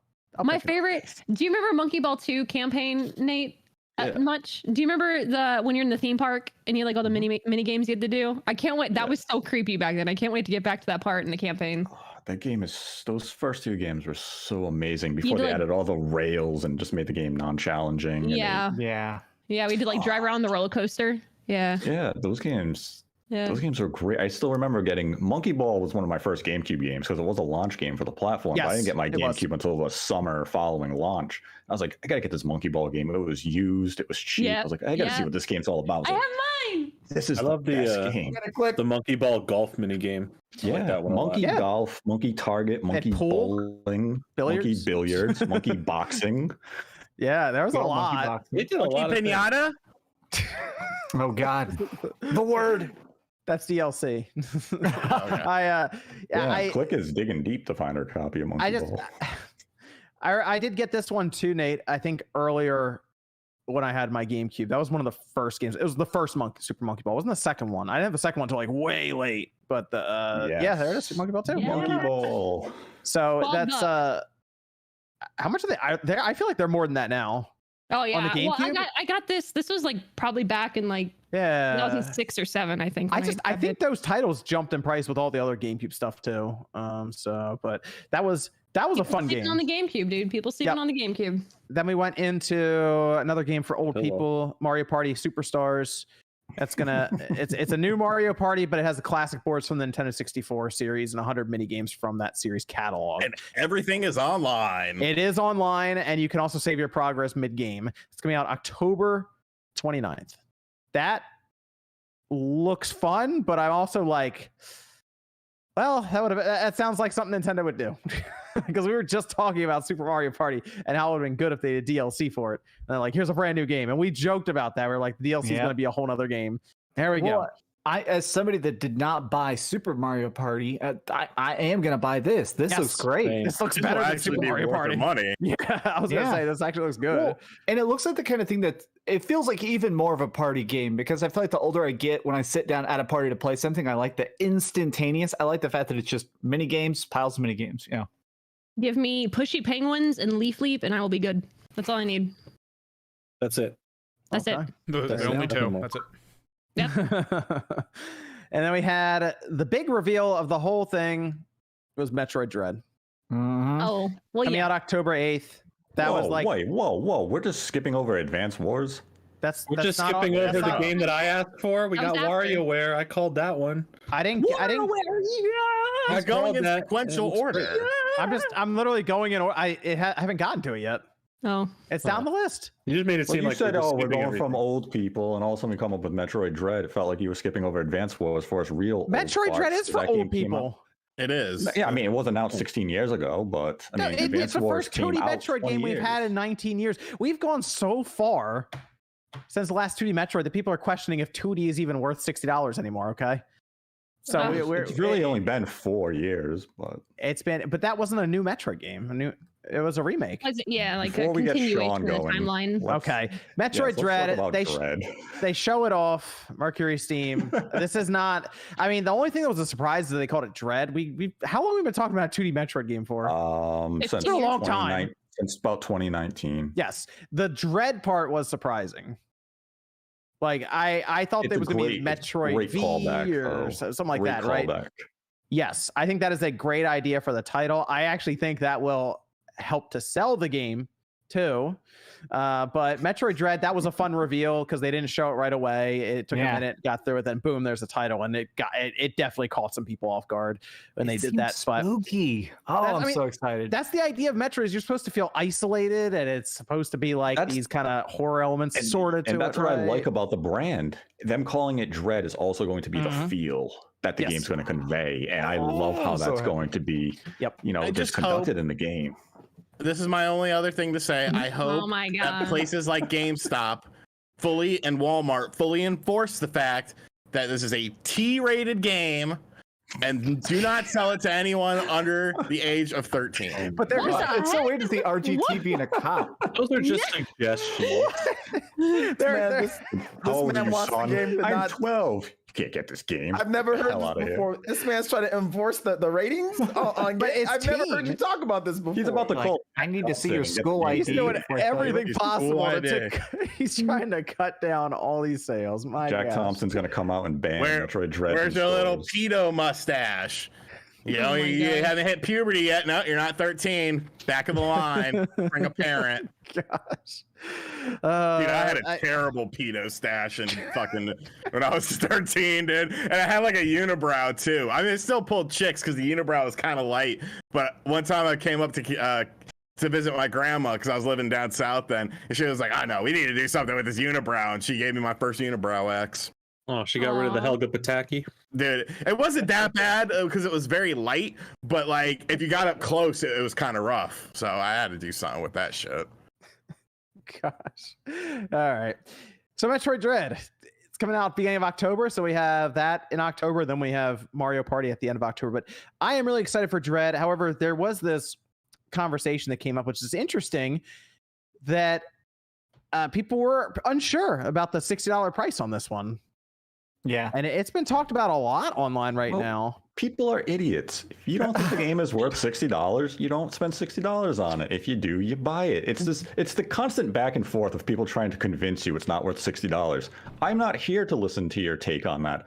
It's worth $60 to me. I don't care if it's worth $10 to you. I'm going to buy it. You're not going to convince me otherwise. Don't waste your breath or do something else. Yeah, because conversely, I don't see a lot of people saying it's worth 60, like trying to convince people on the other side for the most part. Like, it's just like, I'm getting the special edition, that's 90.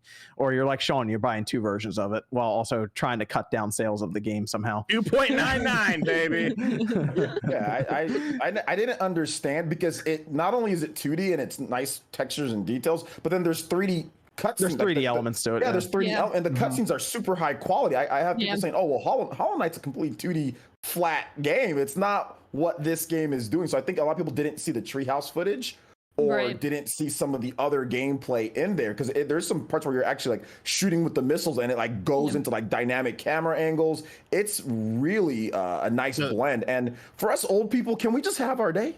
So they copied Shadow Complex, is what you're telling me?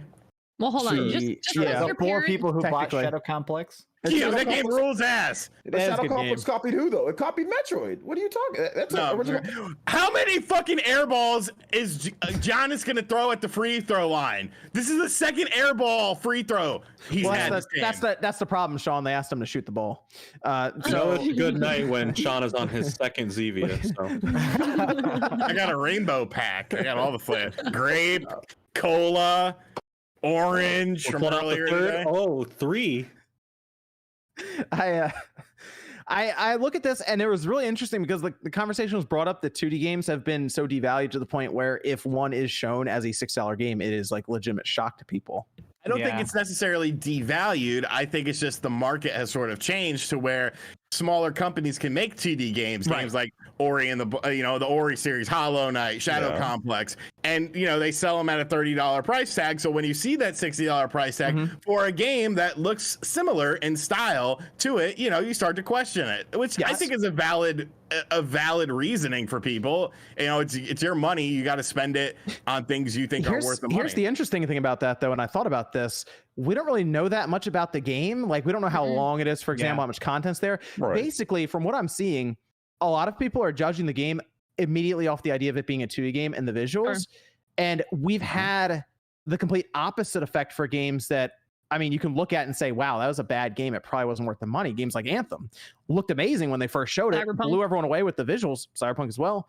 And it comes out and there were so many problems with it, and there's lack of content, and there's all this stuff. And we're like, the graphics now. I mean, that's the thing with marketing. It's Nintendo's job to market this game for $60 to us, the consumer, so we can go in with confidence and say, Metroid Dread is worth my $60. Sure. There's nothing wrong with the hesitation of saying, man, I'm not sure if this is worth $60. I think we should say that with like every game now. Yeah, it's just a conversation where people will fight you and say, how dare you spend $60 on a game I perceive as worth 10? Like, I think a lot of this comes down to 2 or 3 years ago, there was that big conversation about games that should be cheaper. Remember that everybody was talking about there should be a more standard $40 price point. And then after that conversation, stuff stayed $60, but now we have these $70 games on top. So I feel like it's kind of bringing up that topic again of what is a $60 game, what is a $70 game, and what happened to the $40 game. So I think some people are just shocked when a game like this that might be 15 hours or 10 hours or who knows is $60. I think it's just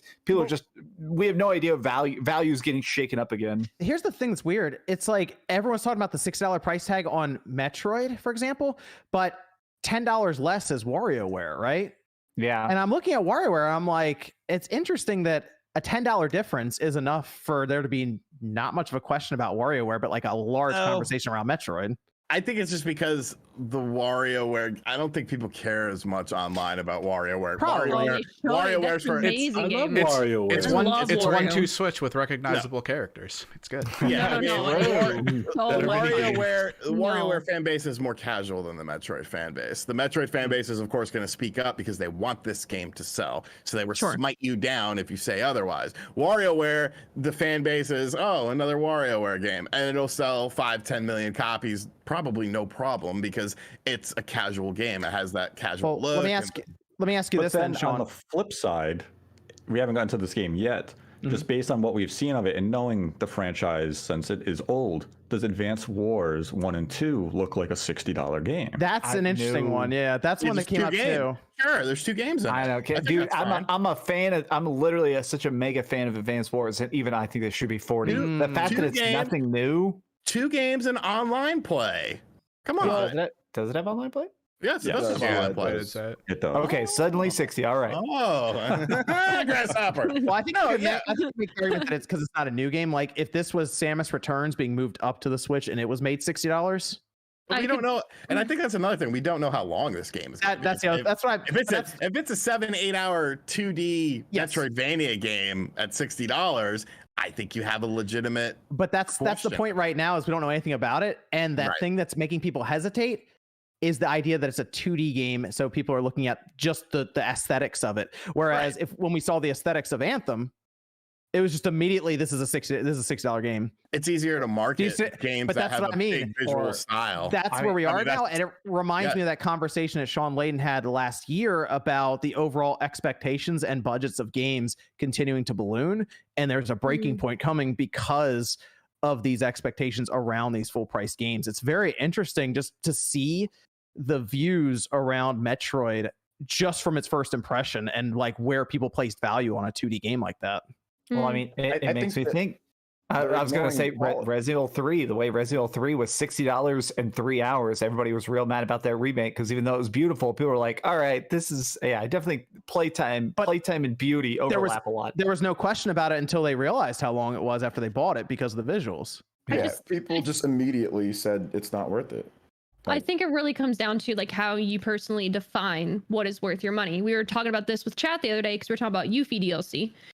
For Final Fantasy VII Remake, for Max, you were saying you beat it in a substantially shorter amount of time than I did, and I think it's because for me there were things like relearning controls, like relearning mapping, like all that different kind of stuff. But for me, it's like if I can get close to 10 hours for a $60 game, that's $6 an hour. To me, I'm fine with paying $6 an hour. That's a couple of freaking fast food meals I can't go out and get. But like to me, that's when I define it. So if anything 10 plus, I'm good with it. If I start getting less than that, that's when I'm kind of like, oh, well, was the presentation, was the package complete? Were there too many bugs that ruined the immersion? Was the music good? Like the quality of the production. And I think it comes down to who individually kind of identifies like that. And personally for me and the people that I know, I think that was just like a local, small, personal bubble that we had. But for us, it was like the hourly rate that you play the game in comparison to breaking down that price and dividing it. Does that make it worth for us? So that's how I've always looked at it. Like, I know for the fact with Skyward Sword, again, that's another game that people debate about being $60 or not. It's also a 3D game, but because it's a port and a lot of people have played it, a lot of people have not played it. Again, that just comes down to, is that going to be worth your hourly price? I wonder, like, because I'm looking at like Ratchet and Clank, playing through it. It's not a long game. No. But I felt like I got my money's worth out of it. But because it was a good package overall. Yeah. Well, yeah, for the most. I mean, it has some weird bugs and glitches to it, but otherwise, it's. I mean, I think it's a good game overall, right? Overall, it's a good game. I think it was a quality package. Do I wish there was more content to that game? Absolutely. Yeah. I 100%ed it. I platinumed it, and there's really no reason for me to go back unless I want to play through it again to they have fully upgrade my weapons. Yeah, they have the challenge mode, and I'll probably play through that just for fun. There's no trophies or any award to it, but I'll probably do that. I think at the end of the day, I got my $70 worth just because the presentation and the overall package was high quality. I mean, Ratchet and Clank, 10, 12-hour game maybe at the most? I think for me to platinum it and 100%, it took me 13. Yeah, so that's what I mean. It's like, and that's a $70 game. And it worked smooth for me. I had only one glitch ever happen. It only happened a couple of times. And that was an audio glitch that when you're going to look at the weapons, your character's supposed to go, hold on, I'll be right back. Like she'll stop, or she'll stop the conversation. But sometimes it would overlap and the conversation would continue while the thing's trying to talk to you. So you'd have two audios playing. I got stuck in the side of like a platform a few times. That was I saw other people get that one, but I didn't have any platforming issues or any crashes or anything like that. Would you say the sheer fact though that it's pushing the boundaries and being like the first next gen defining game that makes it more worth the price tag for you? The fact that it's giving you a whole new experience. It's an experience for a lot of people. The visuals are going to do it and all that. So and it's $10 more than something like what Metroid could be. That might be the same length of time. Metroid might be a 10, 12, even 15-hour game, but they're going to look at the the visuals and then equate that to the price of the game. Like, I think Hollow Knight Silksong could come out and be $40 easy. Like, I think they should try it at this point, just with how popular it is. But I feel like some of those 2D games could do it if they wanted to. Could they? I mean, I think some people have this. I think newer people. But I think it's just some people what they think online. There's a lot of people that have a Switch. There's a lot of people that have games, and people are going to come out and say whatever. So, I mean, at the end of the day, like Nate said, you just buy what you want. You know? I mean, there's some terrible games on that eShop at like $20. True. Yeah. There's Ski Sniper, baby. Yeah. And I want to be. Hold on. Whoa. Let's not disrespect Ski Sniper here, but I also think a portion of the people who are arguing with individuals and saying it's not worth $60. It looks like a $15 game. You're people who weren't buying the game anyways. You're just there to troll and get a reaction. And I mean, that's pretty pathetic. I mean, there's people that don't even have a Switch that I know, like, legitimately don't ever play the games, and then they have something to say, about it when it comes to a game. You're always gonna have those Xbox killer 420s out there. Yeah, one thing or another thing, and then they'll. Hey, they keep us going. Yeah. So I mean, that's the thing. Like, that's why whenever somebody asks me, like, "Hey, OJ, is this worth it?" I'm like, well. Everybody's price value is subjective. It's the most subjective thing like ever is what you value for games. Some of you guys value Call of Duty. I don't value Call of Duty at all. Like, nothing. I don't value it. Comes out every year. I have zero value of Call of Duty. The install size is way too big. You know what I'm saying? Like, I don't want to put that on my hard drive. It means literally I'll pay nothing for the game. Whereas other people, no, they buy it every single year. They love it. They'll buy they'll pick up Warzone for free and then buy Call of Duty every year. And that's fine. That doesn't mean Call of Duty's not worth it. I'm not gonna go out on a tirade on Twitter saying, "Oh my God, Call of Duty's $70," or just because I don't think it's worth that, because I literally have zero value for Call of Duty. But no, that's fine. So there's some people that think Madden's worth it. Discounts to like $20 by the end of the year. But that's them. They can. People think Sonic's worth it. Oh, sorry. I will say that's cool. I mean, I'm not going to get mad. I'm not going to go all crazy on Twitter about it if somebody thinks it's worth to them. I will say we did have a whole conversation at one point around Battlefield being multiplayer only. So I guess at times it's not just the visuals, even though because that game looks incredible. Well, hold on. I think the real question here is, OJ, is Pinata Racing worth $60? I knew it. I knew it was coming. No, just so we can get this. No, guys, it's fine. Forza Horizon, it's great. The developers did a fantastic job with the game. You know what? Honestly, I'm sorry to them. They did a great job. I think that it's probably going to be fun hitting the pinatas in the cars. Seriously, it's probably going to be a lot of fun, and you guys enjoy it for real. Like enjoy. You have to do a fucking like stream now called like the Triggered Pinata stream, and it's just you silently and angrily running over them all perfectly. I'm being completely honest. You guys, hopefully it's fun. You guys enjoy. I'm being completely sincere. Enjoy. Welcome to Cruzy, his new member. Thanks for joining. Sean, what do you got there? I made a taco. I was hungry. Yeah, we want to eat. It's too late. Okay, so we had Just Dance 2022, Cruise and Blast. So I guess we're back on the Cruise and USA stuff. Oh yeah. All right, then. Good enough. Dragon Ball Z Kakarot. That was expected. Mario Golf Super Rush. That's out this week. That'll be fun. Monster Hunter Stories 2. Sean, you got your gameplay? Thank God. There we go. They already showed it. Yeah, on one of those Monster Hunter things. Capcom didn't show it. All right, bud. We got it. We got it. over. No, keep going. Let him speak. Capcom showed CGI trailers. Like, come on, dude. Yeah, I understood half those words. No, it wasn't CGI. It was in-game. In story trailers. Oh gosh, Warrior. They had WarioWare Get It Together. We just had Nintendo ask us about this game on like a survey a couple of weeks ago, I think, right? Not even. Just like, hey, would you buy this game for $50? I guess enough people said yes, and here it is. It's gonna be $50. They made it in 1 week. I'm so excited. Yes, they threw it all together. Like, hey, I got some shit in the back. Print it. Yep, so that's September 10th. So it's gonna have cooperative play for 2 players. So I'm excited for a proper WarioWare game. Did they not say, Jordan? They didn't say anything about online multiplayer, right? I know all I remember is them saying you can play it with a second Local player. too. So I'm not sure if it's online. If it's online, like I'm down to play online. Absolutely. Oh my god, that'd be so much fun. You have to have a really good. I mean, because they're very quick mini games. So if one person has really bad internet, it's gonna mess up. I don't think there's online. I think it's just local. Oh man, I don't know why. I wouldn't want fun, though. Like pick the nose, and people be like, "What?" and then fail the mini game because they have no idea what to do. Mario Party has online though. Yeah, as it should. Yeah, but the mini games in Mario Party last longer than like 10 seconds. So. Yeah, that's true.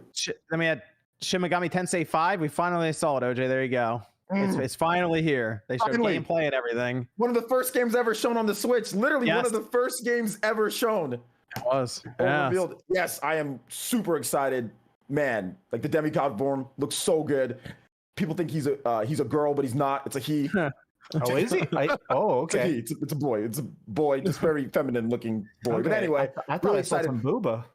No booba. Just nice, strong. Okay. My man hits he hits the weights. You know what I'm saying? Does the push-ups. No, real quick on this game. The long flowing hair. Yes, it's a boy. What? Boy. I'm so jealous. That is like that's the first thing I said when you see the hair. I'm like, this is the best hair physics I think I've ever seen in a game. Real quick with flat this. out. One of the cool things that they added in with this, John, before we move on to the next game, you actually see the demons on the map, and then you can start the battle. That has been one of the biggest problems with SMT games, because let's say you want to get a demon on your team, you don't know what the hell you're going to get, because they're just like random things. They're just either like little things on the screen. So this time you actually know what you're going to fight, so you can like plan accordingly. So that is such a huge improvement to SMT, and Persona 6 is probably going to have that as well too. So you talking about that PlayStation 2 game? Yeah, that PS2 game. Very good looking PS2 game, by the way. One of the best looking PS2 games ever. But yeah, very excited about Sean going off this week. No. That was OJ got the reference. Somebody made a tweet about it. Yeah, I saw that tweet too. Yeah. So very, very good. Very excited for the game. So happy it's finally coming out after all these years. Atlas. They take their time, but quality's there. It's gonna be. Hey, you want to try out one of them? We got Nocturne. Nocturne's good. Jealous now. Now I'm upset. You want that hair? I want that hair. That's coming out November 12th. So it's one of the November games right around the time of Pokemon as well. So should be an interesting 2 weeks there. Danganronpa Decadence. And they also had like a collection, I believe, as well that they're putting out. So good for Danganronpa fans there. Fatal Frame, Maiden of Blackwater. Hell yes. I love that game. So did I. Dude, that game bombed so hard. I beat it and I loved it. Get a physical copy. This is coming out physical? It better. I don't know. Copy. I don't think they've said it yet. I'm looking at. I want to. If I can get it physically on PS5, I want to. But everybody get a physical copy. Yep.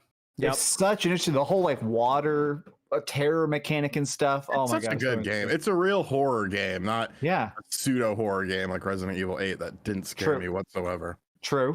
I'll give you that. So yeah, I would say anyone who's looking at this, get it physically, because it could end up being one of those releases where they print like 10 copies of it or something.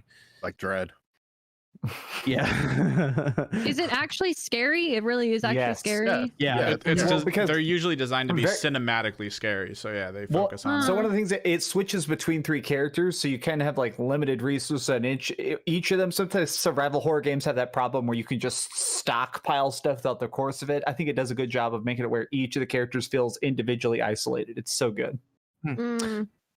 Tony Hawk Pro Skater 1 and 2, they showed that. That's June 25th. That is next week. Strange Brigade. I think Sean was playing this one. I am. You know what?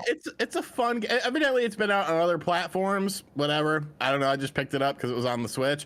I like it. If you like games like or movies like The Mummy and Indiana Jones, it feels like those. It's like a online thing. I've just been playing with randos online. It's really fun. There's puzzles and the stuff. The gunplay is good. There's special abilities. It's a fun game, and the Switch version is pretty well done, I feel. Advance Wars 1 and 2 reboot camp. Yes, sir. December 3rd. They showed it in the Treehouse as well. This is the Game Boy Advance Classics. And that is like I think as late as they were going to go into this year, because that is December 3rd. So that's like right into December for that one. And okay, so 2 games from the Game Boy Advance, $60 online play. Yep.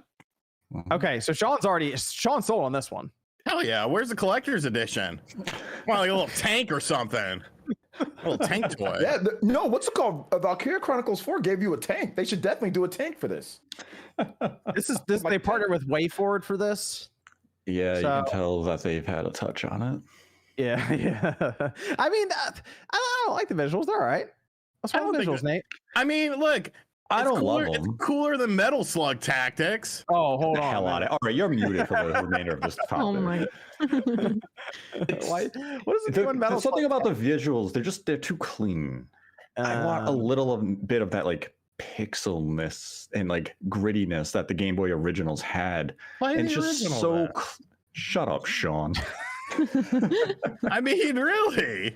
Because I want to play them on my new Switch. I want to play them in HD. We don't have to Switch yet. Been out for 5 I want to play it online. I want to use my tactical maneuvers to kick your ass like I kicked your ass in Connect 4. We were even. I let you get that second win, so you got to win on your stream. Everyone watching it saw I could have finished you off. Oh gosh! All right. Whoa, hey now. Connect 4 trash talk. Shut up, Fringe. We had the Game & Watch Zelda edition because why not? That's November 12th. That that has more value than the Mario one by far, because this has Zelda 1, 2, and then like I pre-ordered it. I just like I think it's cool, but I just want them ported over. Yeah, same. Well, so this is a weird case here because they made it seem like this is all that's happening for the Zelda anniversary. I don't necessarily know if I buy that. Yeah. Yeah, I made a video talking about that. I don't know. I kind of think the way that Sean. the Mario anniversary went down, where they were like, "Hey, in a month, 3D All Stars is out." I almost wonder if something similar like that's going to happen with like Wind Waker Twilight. Well, I mean, it would kind of make sense because you're showing off a $60 Skyward Sword HD thing, and that's what I mean. On E3, and you're like, "Hey, here's a dual pack, possibly a triple pack of Zelda games." You don't want to create you don't want to create competition. But like, after Titanfall, we realized you can cannibalize yourself. Yeah. Well, I think also like that's the beauty of like what Nintendo can do as far as like, and we said this earlier, they could just drop a random trailer if they wanted to, announcing it, and people would go crazy for it, or they could just announce a whole other direct focusing Zelda if they wanted to. So I don't think all hope should be lost, but also at the same time, I don't know how else they could word it to say if they really don't have anything else planned. I don't know how else they could have worded it to get it across. They don't have anything else planned. You know what I mean? That's the thing. I think they could have, if they really did have something else planned, they would have just said, we have more details to come at a later time. So like you could have had Skyward Sword come out, you give it a month or two of sales, you enter late September, early October, and then you say, oh, just in time this holiday, we have this for Zelda. The way that they framed it this time, it does sound like this is it for the 35th anniversary of Zelda. Wind Waker HD and Twilight Princess HD will come to Switch eventually, but I think it could have also been factored in that Breath of the Wild 2 is probably coming later than they originally hoped. We need some filler titles. What's better than 2 ports of a Wii U HD Zelda games to fill that void? Those could just be dropped, early mid next year. They really could. You could drop them in, just a hypothetical date. Yeah. This is coming out in July with Skyward Sword. Hey, we need something that's in between. Let's say May. Let's drop Twilight Princess and Wind Waker HD because we're going to have Breath of the Wild this holiday. A nice filler, that nice gap filler. And I think that's what ended up happening with those releases is they had to find some fluff and they said, we're ready with these. We're just not going to use them when basically what we originally had intended them to be. Yeah. Do you guys remember what happened with Skyward Sword? What they said about Skyward Sword originally? What do you mean? Which part? They said that Skyward Sword's not in development. Yeah, they said Skyward Sword's not coming. They flat out said it's not coming. Well, yeah, Nintendo's been notorious for saying no. They were planning it. There's no because you can't get a port like that with the controls. So Mother 3 has a transcend? Yeah, he also said it with the controls too. You're right. Yeah, so they were going to do Skyward Sword, and Mr. Numa straight out said no. We're not working on it. And liars. I don't know, lying or just maybe he didn't. Maybe somebody else was working on it. He didn't know. I don't know, but they said that about Skyward Sword, and then it came out. I think it was 2 years later. Skyward Sword came out on the now it's coming out on the Switch. Well, I don't think he would have appeared at the concert when he did if he wasn't wanting to raise suspicions. You know what I mean? Because he did show up at the Ballad of the Goddess or at the Symphony of the Goddess. Basically talking about Skyward Sword. So that's I think what raised everybody in a tizzy in the first place. Well, we did close out with Breath of the Wild 2. Got a whole new look at it. There's like a little over a minute long trailer or something for it. And there's still a lot of questions for this game, even after showing this. There's probably more questions now than there were before over this whole thing. Ganon, my favorite hero. So I did see that. That was an interesting overview of that, what they think's happening. But this was an interesting showing for Breath of the Wild 2 because they never showed the character's face really. I mean, you look at it, it's like, oh, it's like they never showed their face or any of that. It was always from the back basically. They had long hair in one section, then regular, they're kind of bundled up hair in the other, and it was odd to see them go through things, and it looked like time manipulation was happening. There's time travel in this game. Yeah, They're Fortnite dropping out right in the beginning, and that's where we Skyward dropping, Sword. That's Skyward Sword dropping. Okay, Skyward Sword did it first. I want to hear that. He just jumped off the battle bus. Yeah. No, you stop that. You stop that. Number one victory royale. You stop that. You say stop that now, but wait for the game comes out and there's that integration with the game where it's like, hey, look, now he's in Fortnite. It's not. No, you quit that. No more Fortnite. No. Apparently they're going to take advantage of the sky now. So I'm looking at this the map could potentially double in size just from that. So that a lot of things happening here. 2022, aiming for 2022. So this could possibly be Game of the Year 2024. I'm looking forward to it. Stop. It's I'm hoping it's next year, holiday 2022. It'll probably end up in. So I think we're still a little ways off from this one. Especially, I kind of feel like this game. I don't want to say it got away from them, but I kind of think they kept stacking ideas on top of ideas, and this game turned into a bit of a larger idea than they were originally planning. I mean, which isn't a bad thing because it looks cool. It could have been games from the first. Well, yeah. Yeah, COVID. But I think COVID was the bigger impact. Nintendo, we know Japan was basically just shut down for the better part of 3 to 6 months, and we know Nintendo had almost no infrastructure in place to accommodate for work from home. So we really don't know how long the pause of this game really. But I mean, the idea of the game, they said they had DLC and some ideas in mind possibly for DLC, but it kept stacking, and they got to the point where they're like, let's just make a whole new game. Yeah. So I almost feel like they stacked so much stuff, and they're like, oh, this will be really cool. And then they're like going out to build it. They're like, all right, this is taking longer than we thought. And then COVID hits, and they're like, all right, now it's going to take even longer than we thought. And it's just, I mean, think about when Breath of the Wild 1 came out. And they're still working on the sequel for it now, potentially into 2022. I mean, this could end up being a 5.5 year plus development cycle on it. Well, that's insane though. Well, in between all the ideas, we've also had the Trial of the Sword, and then also with the Champions Ballad too. That one-hit challenge where you're just basically running around trying not to get hit. There's just been so much content and ideas that they've had, trying to throw them in. I think also the fact that, like we were saying, the Breath of the Wild ideas, and they just kind of kept adding them on to where it's like, okay, we need to expand it to the second one. I was originally worried that this game would probably get delayed again because the lack of title, but obviously that interview, them saying we don't want to reveal the title because it might leak or like kind of give away too much. I think it mentions time, like Jordan said in the title. Yeah, I don't think we're probably going to end up seeing the title reveal till probably like maybe 2 months before the game comes out. Much like E3 next year, maybe they might be like, all right, here's the title. We'll see you in like October or November or something. Yeah. So that's. Did anyone else look at some of those scenes? I don't know if it was just me, and I was like looking at that game looked better than I was expecting it would on a Switch. Nate, you get that sense? Did you see that? I mean, the engine's there were some moments where I was like, wow, that looks pretty good. The frame rate looks, obviously better. It's more stabilized. They did a 1080p, 60 frames upload. Which I think that, I mean, I've looked at the trailer a million times. I did a little analysis of the trailer. Yeah, it does look cleaner though. It looks a bit cleaner than. Oh, they didn't upload a 4K version? All right. No 4K version. No 4K version. Maybe but I was just more, the thing to me was like the frame rate, because like obviously like Breath of the Wild, the original like frame rate was some of the things. So I mean, I think they probably got it maybe running like native 1080p. I mean, the last one was 900, so maybe this one's native 1080p on the base Switch. On the base Switch. The engine's been optimized a lot. Yeah. Yeah, this also won't be, as Click mentioned, this isn't going to be built from the Wii U. This is going to be Switch from the ground up. And the only other title that's used the Breath of the Wild engine, to the surprise of many, is Ring Fit Adventure. And that runs so smooth. Yeah, that runs incredibly well, and certain areas are well upgraded over the original Breath of the Wild. So this is just natural progression. Yeah, I don't know. Mario Rabbids looked really good too. There was nothing at E3 running. Interesting. The Ermin guy said. Well, no, it was all running on PCs, but yeah. The Ermin guy said that though, didn't he? Who? Huh? Ermin. You meant Imran. Whatever. Herman? Imran Khan. Bucks are up 2 with 6 seconds left.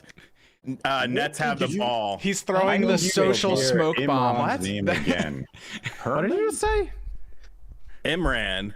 Who's up? Can the Slimmer hit it? Oh, he hit it with the second left. Holy fuck. I'm behind a little bit. Shut up. Oh, sorry. I didn't know the Bucks were a team. Pee Wee Herman said it. R.I.P. John B. John B died from Pee Wee's TV show, Mecca Lecca High, Mecca Hiney Ho. Oh. Isn't it wild when you look at Pee Wee Herman now and you realize Lawrence Fishburne was the cowboy? That's Cowboy Curtis, baby. Wow. Anyway, that was the Nintendo Direct. How did everyone feel about it? I enjoyed it as much as the Xbox event. They were both equal to me. They showed about the same amount of games. Nintendo's were closer, like they filled out their next 6 months basically. Yes, Nintendo highlighted what's coming out in 2021. The only glimmer of the future was really Breath of the Wild 2, whereas Microsoft was more focused on the promises of what will be. Nintendo was saying, this is what we have here and now. You're going to give us our $60 between June and December. Microsoft was just saying, save up money because we're going to take it from you over the next 24 months. Well, I also figured Nintendo will probably do something either later on this year or the beginning of next year to continue setting up the rest of 2022. Yeah, so Nintendo in their mind, let's just show games for the next 6 months, which is fine because I mean it's awesome. We don't have to wait that long for Dread, for example, or Mario Party or any of these other games. So I like that these games are coming out pretty quick. So it's good to see that. That's one of the reasons I think I may have liked Nintendo's more, is just because it was more of an immediate timeline for games coming out, and they had, I think, probably the one that got the most reaction. That was Metroid Dread. They had the most impactful announcement. Is that the most impactful announcement at E3? Was Dread? For old school fans, if you watch any of the reactions and stuff, it's like Metroid Dread, that was the big thing. Dread, or for Breath of the Wild gameplay for some certain fans, just because Dread was just people didn't. Even though we've been talking about it, people didn't expect. Was Dread the most impactful new game announcement? It was the biggest shock. I'll definitely say it was the biggest shock. I'm trying to think of what people would remember from this E3. What's the game people remember from this E3? I think it's going to be for Microsoft. It could be Starfield.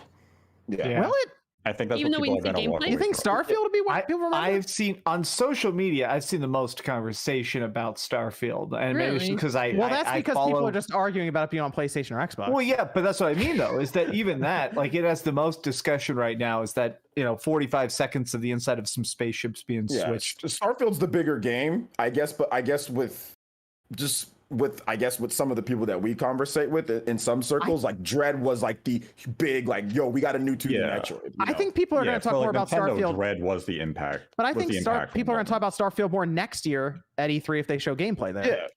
Yeah. And Like they're going to forget kind of, about all this with Starfield. It's kind of bad that we're talking about this and no one remembers Elden Ring was shown less than I was going going to say Elden Ring. That wasn't part of E3. That was Summer Games Fest, Yeah. right? Yeah. What are you, Jeff Keighley? That's not part of E3. We got Black Keely. Black Keely, yeah, that's coming up. Don't worry, we got a video on that. Hold on, now E3. Hold on, now E3's claiming Summer Game Fest. We gotta check with Keely. No, I think actually. What was it? Was it Devolver Digital? They showed their thing over Summer Games Fest, right? Separately. Hold on, E3 somebody presentation. Can we get MVG on the line? Because he's with Kojima and Keely right now working on a band. Oh yeah. Let's get him on the line. That is not true. If I see that as like a Reddit thread. It'll be on. He's just gonna check his phone randomly and be like, "What is going on?" Yeah, why are people pinging? What are you doing with Kojima and Keely? Like the fuck? I think it was I think basically Nintendo and Microsoft.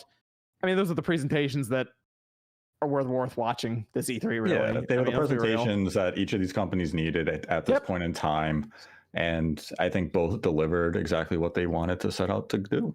Yep, I think they were both enjoyable. It was a good time watching those, and then the other ones, well, if you got to fall asleep, I mean, they're there. God dang.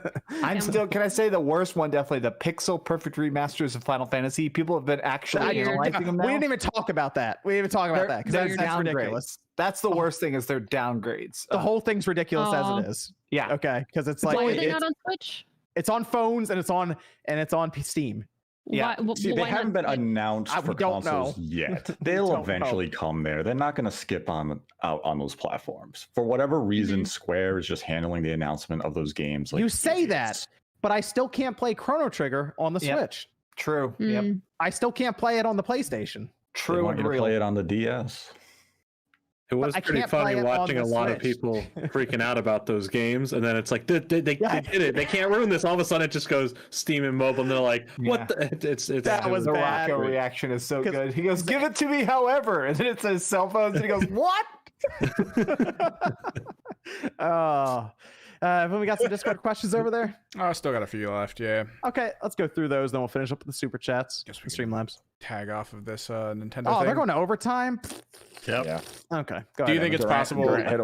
Do you think it's possible that Nintendo pulled the rumored announcement of Switch Pro in the last minute, causing all the poor E3 showcases? I hope so. That'd be funny. No. Oh. That would be mayhem if that actually happened. And E3 was already mayhem, so I feel like probably not.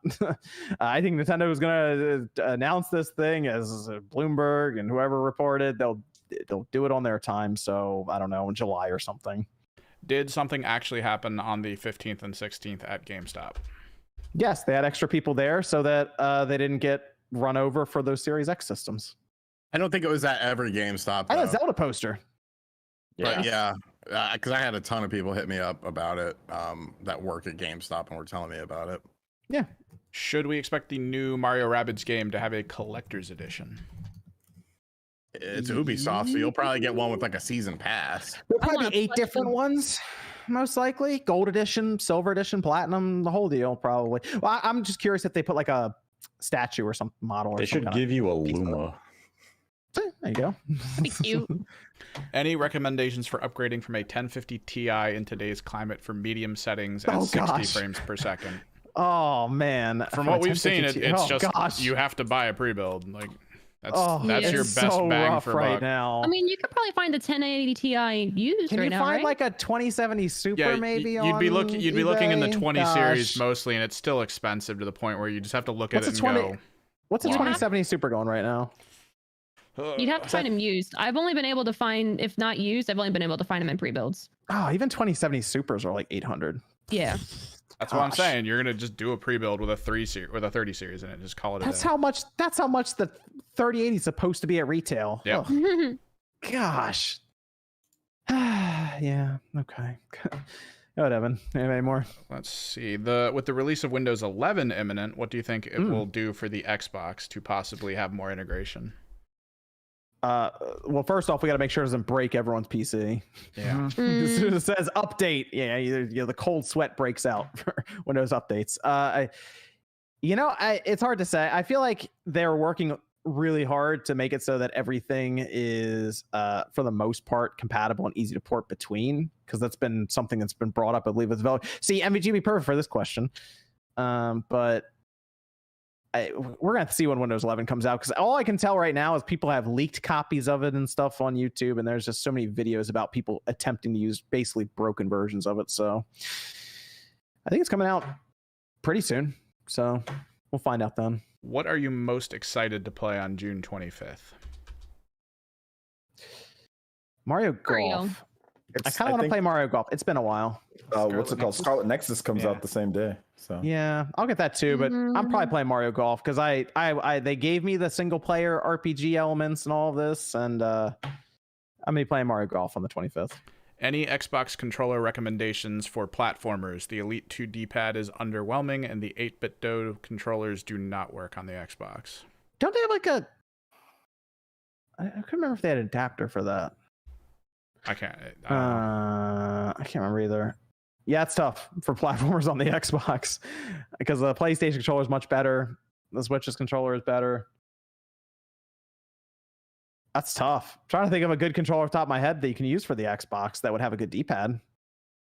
And then I guess we've been talking a lot about the possibility of things like Wind Waker, Twilight Princess bundle, and all the other possibilities for the 35th. But how likely is it still to happen? I guess is this question. I'd say it's pretty likely. I think they're going to do it at some point. It just might not be part of the 35th anniversary, like Nate said. All right, that covers that. Yep. Cool. Go through the super chats here. Commander says top 3 games for E3 was Mario Party Superstars, Metroid Dread, and Sparks of Hopes. How did that happen? I'm mainly a Sony gamer, but Nintendo killed it. Oh yeah, that's true. Sony, I'm sure we'll start talking here in a bit. So hopefully.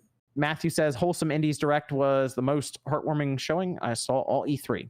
Luxian says developers presentation this year, Devolver's presentation this year wasn't as good as last year's in my opinion, but they're still amusing in a good way. Braun says, when will Game Pass Perry make an appearance on the show? Chris says, I really enjoy Spawncast Weekly. Happy Father's Day to all dads and families this weekend. I love how Misclick rolls and Jordan's iCarly reboot episode. The baby. Nathan says, I asked if you remembered when the Sox swept the Yanks. Nate said no, so I'm reminding him that happened right before they were swept by the Phillies. Jalen says, oh, gosh. Jalen says, Kazuya, everyone is here inside the lava pits. Swiftback Smile says, Ratchet Rift Apart is claimed to be the most next-gen feeling game. What game do you think will feel the most next-gen next? That's interesting because on Sony's side, it's a lot of cross-gen stuff coming up. On Microsoft's side, they've been doing cross-gen. Death Stranding DLC director's cut. Oh, gosh. Stop it. I think we'll have to wait to see Sony's presentation because I think they'll have some PS5 only games in there. Hopefully. But someday. Right now, I mean, I guess. Oh gosh, is it Starfield? I hope not. Stalker. Okay, Stalker. yeah, Stalker looked cool. Going Stalker 2 on this one. All right, cool. Yeah. Yep. Aiden says, not a dad yet, but several kids I took care of for my time as a volunteer at an orphanage contacted me. They saw me as a papa and proud. Several of them expressed their love for games they got from me. Hell yeah. Man. That's the good shit. Yeah. Arturo says, small spoiler for Xenoblade Chronicles 2, but OJ Rex basically ends up with 2 waifus at the end of the game. That's not a small spoiler. Alvin says, Joe Staten said in December, the campaign is content complete. They are in full ultra polishing mode internally. Humdrum says, Jeff said he thinks Halo is late November, early December. He said multiplayer team is ready to go. I believe it. Jeff said they're not separating campaign multiplayer. That might be a mistake. That's why you go into beta. It's not actually separating. You're trying out the multiplayer for like 5 months. Yeah, staggered release. Cyclops says, I'm just happy about Super Monkey Ball. Riku Key 2 says, John, you finally got your 2D Metroid. It only took 19 years. It did take a long time.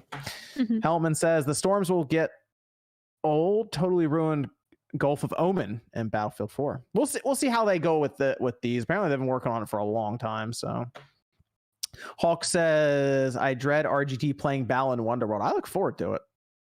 Be great. Good. Good content. That'd be great. Yeah. I beat that game. He's gonna hate it.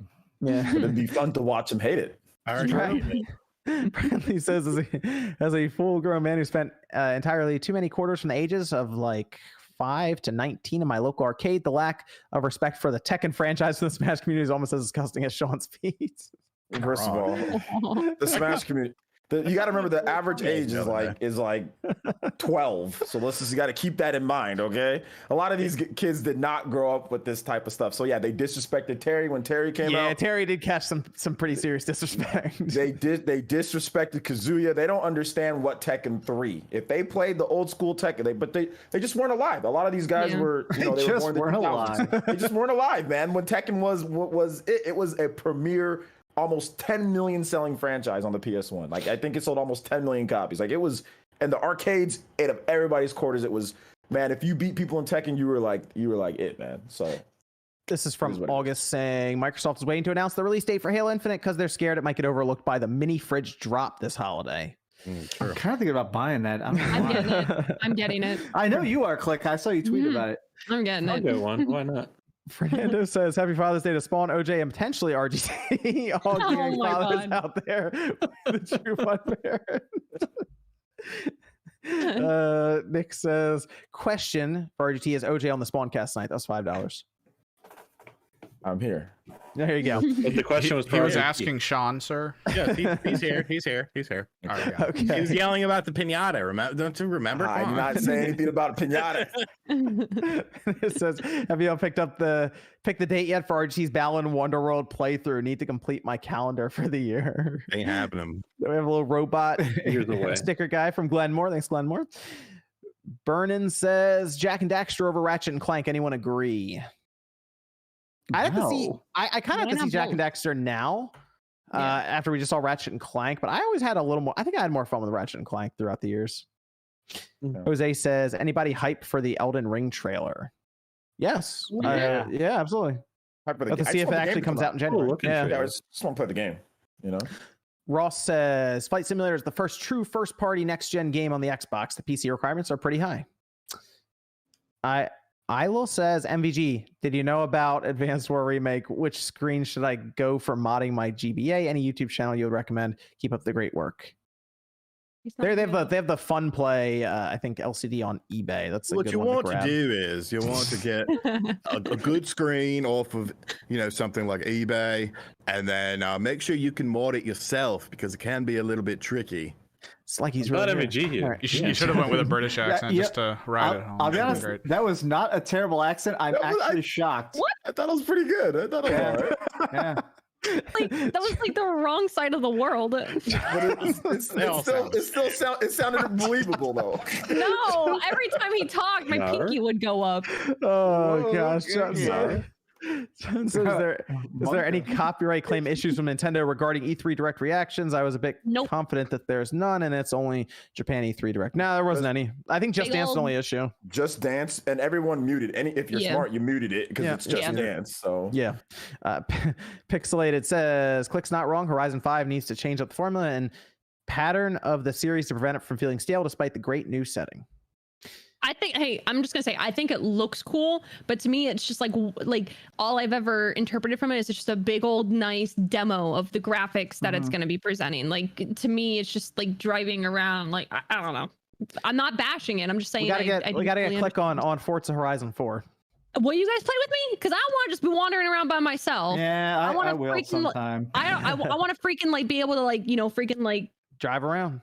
Like no, like around the UK. hit you with my car. What? I own that it. kind of race. It's not. You're supposed to avoid hitting people. You're supposed to win. the Why? race. Because I mean, does your car actually get damaged? Do you have to go and repair it? Cars. It gets damaged, but it doesn't like get to the point where you can't drive it or anything. But if your we're windshield racing, cracked but if we're racing on the mountainside and I knock you off the mountainside, don't I just win? No. I want to knock someone off a mountainside. Aiden Quinn says, counter to OJ, my Mexican friends from near the area showcased in the gameplay demo with the pinatas included. Can't wait to play Forza Horizon 5. There's no counter. I did not say, all I said is I don't feel that it's respecting it. I don't feel hitting pinatas. That's all I said. Not that it's OJ, why are you raising your voice? What's going on? Not that it's offensive. Not anything. Listen, guys, all I said. OJ. I think the bigger issue here is that Nate should have been canceled. What? Like that's what we're glossing over. Nate should have been canceled for saying that and starting the whole thing. It's respectful to it. I just that's what I said. I'm sorry. I guess that was a bad opinion for me to say that I don't think hitting pinatas in Mexico is respectful to the culture. But apparently that's controversial. So I'm sorry. Sodium levels in this Discord chat are just going up. I'm sorry. You know what? Hit those pinatas. It's respecting them. It's respecting the culture. It's I feel so. Oh gosh. It respects it fully. Airball Durant. I was completely wrong. My bad. Tired. But OJ, you know, a lot of those people are probably saying that probably also think Cinco de Mayo is Mexican Independence Day. So take that for what it is. So my bad. It respects it and it's great. And the people have fun. Drink Modelos when you play. Corona. Have some Coronas. Hit cervezas. They're known as cervezas. Corona and have fun. You know, I'm gonna get me some taco trucks when I'm gonna ride by get some of that too. The whole truck. Yeah, the whole truck. The whole truck. It's a taco truck. Just get that. So my bad, guys. The Somber Gamer says, finally able to catch y'all live. Love all you guys. Huge inspiration to me. Keep up the good work. Much love. Jesse says, limited run crushed their show, Contra WrestleFest. The Blessed One says, didn't they swap Starfield and Redfall due to Washington Post leaking Starfield trailer? I don't think so. No. I mean, that would be you'd have to cut all that right back up. No, if you look at the time of it, Washington Post just assumed the embargo time wrong. They were 1 hour exactly ahead of the reveal. Yeah. And Game says, why is no one talking about Dolmen? It has Returnal/Dark Soul vibes. Yeah, why is no one talking about that? I don't know. What? Dolmen? Okay. And Anmer says Stadia community is angry because there wasn't enough Stadia logos. Stadia community. Let's go to the Stadia subreddit. Is only a Ubisoft platform. Edward says, not sure why people aren't talking about how much better Starfield looks than Fallout 4 and 76. The in-game assets and character detail looked amazing. They're running on the Creation Engine 2 now, so the question's going to be, how well does it run, like in general? So that's we'll see. I don't know. There's a surprising amount of people on the Stadia subreddit. I'm genuinely shocked. Triple digits. Yes. Yeah. There's 5,000. I mean, this is crazy. These people are cultists. What the hell? Well, I have a few more to read here, but why don't we go around as we finish up? You guys let everyone know where they can find you. We'll start with Max. Where can everyone find you, Dreamcast Guy? YouTube.com/Dreamcast Guy. I just put up a video about basically explaining the crazy conspiracy theory that Abandoned is secretly a Hideo Kojima horror game. That was a fun video to do. I got a review for, I can't say the name of a game, but new review Monday. This is from Streamlabs. Ray says, Game Pass is French for no one will pay full price for this game, and PS5 is French for also coming to PS4. There you go. Decepticon says, would you like to see Nintendo do a limited edition Metroid Dread Switch or Switch Lite? I would. I think that'd be really cool. Liam says, they actually did a limited edition with the 3DS. So, I mean, it'd be cool if they at least did a Switch Lite. No, they don't need to bother with that. Well, I think it'd be cool. I mean, I was talking with a couple people. They bought so many different versions. Maybe like next November, next November. Okay, next November. Liam says, I don't think we will see Wind Waker or Twilight Princess until 2023. If we assume Breath of the Wild 2 comes out in 2022, that means when 23 and 24 roll around, we'll be in the 6th and 7th years of the Switch, so they may save the easy ports to get ready for next gen. Mannequin says, I think the latest Nintendo Direct proves that there was no such thing as a Switch Pro, as was hinted in the Direct. Nintendo is clearly using the parts it has ordered to make a new Power Glove styled after Link's new arm. All right. There you go. Mm-hmm. Yes. Miss Click, where can everyone find you?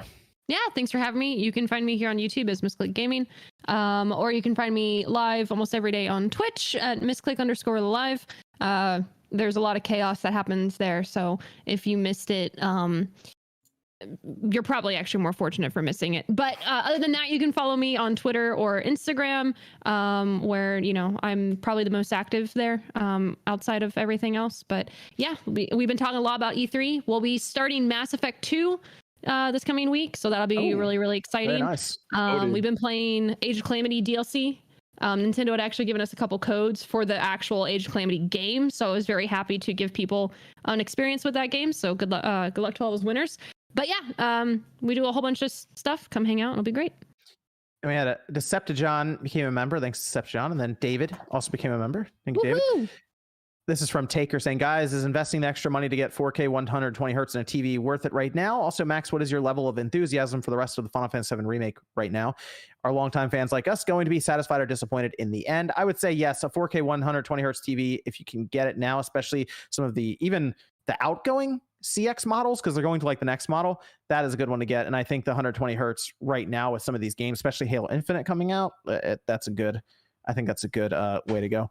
Go ahead, Max, with the remake. I think I'm more excited for it, especially the end of the DLC for Intermission. The end of the Yuffie DLC basically had a 5-minute trailer for Remake Part 2. I think the next games are going to be bigger and more expansive and possibly open world.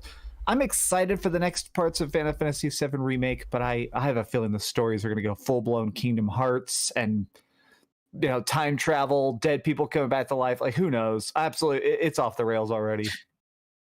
Hey, Max, you want to let everyone know where they can find you? I already did. Okay, cool. AOV says, did RGT85 summon Advance Wars into existence after last week's rant against Metal Slug Tactics? Also, congratulations, John, on getting Black Keeley for this week's podcast. Didn't expect to see him so soon after E3. I'd say Sean. What are you talking about? I did it. Sean did it. Sean, into existence. I want to let everyone know where they can find you. Find me on RGT85. Made an excellent video on Metroid that I highly suggest you check out today. And thank you for all the E3 craziness. All the E3 videos did crazy good. It was fun doing them, even though E3 kind of sucked overall. Even my Capcom video, just me burying Capcom, did well. So thank you for that. Shinru says, hey, everyone, if you could pick a job from Final Fantasy / Bravely Default, which job would you pick? I'd pick Monk so I can tell people it's my job to give you these hands. Thief. I'm actually thinking about getting a Black Mage tattoo. I like the old school Black Mage in the robe. They're so cute and cool, and I just think the idea of throwing lightning and fire is so cool. Okay. Lightning bolt. Pyra says, well done, everyone surviving E3. Sad Brad says, love the show and everyone on it. Keep up the good work. Can I get a poggers from Nate? Do it, Nate. You've already almost been canceled once tonight. Poggers. What was the question? Just say poggers. Just say poggers. Why? Just do it. That's what they asked of you. I don't even know what that means. We've literally said poggers 5 times now. It means amazing. It means excitement. Yeah. What am I saying? Just say poggers.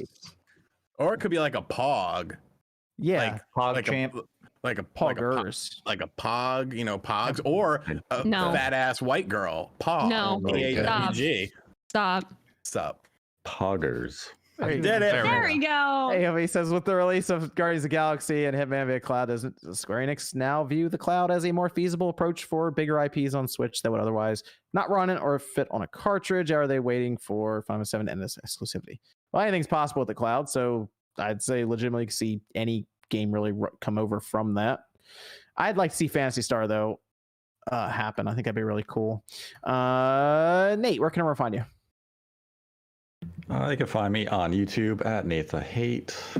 MVG and I will have an episode this coming week analyzing E3 in its entirety and discussing each show's presentation and whether or not they disappointed. We might have another episode this week. We'll see. I have to talk to him when he gets back from his secret meeting in the Temple of Doom with Kojima and Keeley and, all those other great game developers like Peter Molyneux. Yeah, okay. Or they can find me also on Twitter at Nate the Hate, followed by the number 2. Okay, and what about Sean, RGT? We already went over. What about OJ Flaresons? Are you drinking? Trying to get Sean twice. No, Yeah, I'm going through all of the super chats and stuff all on like one list here, and I keep trying to refresh to make sure it's correct. No, it's all good. This upcoming week got some pretty cool content. Got stuff coming up on Metroid Dread. Thanks for all the love too. Shout out to all the people that are coming over from the Spawncast. E3 was awesome. We had great streams. We had like thousands of people watching at times. So it was a lot of fun. So thank you for everything. And I have Metroid Dread coming up. I've got more videos on Pokemans coming up because Pokemon Diamond and Pearl. Remix, that's my favorite gen. Got some Hyrule Warriors, Age of Calamity stuff that I'm doing. So it should be a lot of fun on the channel. And of course, gaming news and all that good stuff and RPGs and all that stuff that I normally do. And I stream. So so check it out. Let's go to Jordan here. The popular one this past week or so. Let's hear it, Jordan. Yeah, you guys can check me out on Jordan Fringe on YouTube, posting about 2 videos a week, talking about old cartoons, new and old shows, just stuff I have interest in. Thank you for all the support. We're at 73,000. We're zooming up to 75. So appreciate you. Thank you all for the support. Let's go through the last super chats here. John says Cuphead DLC was sadly missing in the Microsoft presentation. It was. Bruno, I'm in the process of installing DC HDMI while listening to you guys. I messed up the first flex cable soldering a replacement right now. Fingers crossed. Hopeful says Metroid 5 million unit seller is going to make RGT play Balan. Paul says sell only 3 million. Oh, it's got to sell 3 million plus in a year. 3 million. Paul says, how could MLB The Show come to Switch? They'll port it. Yeah. Very, very carefully. Anna says that the chat can have an opinion, but it's never valid. Sony says Jim Lyon and her. Oh, wait, hold on. We had Xbot and now we have Sony Pony Slayer. Oh, interesting. A new challenger. All right.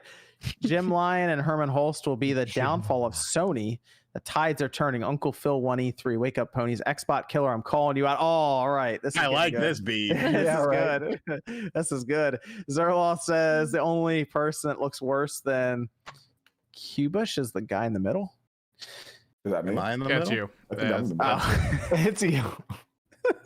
Frostbite says, what are your all thoughts on Emmy's trying to extract Metroid DNA from Samus, and what are you expecting story-wise? So excited for Dread.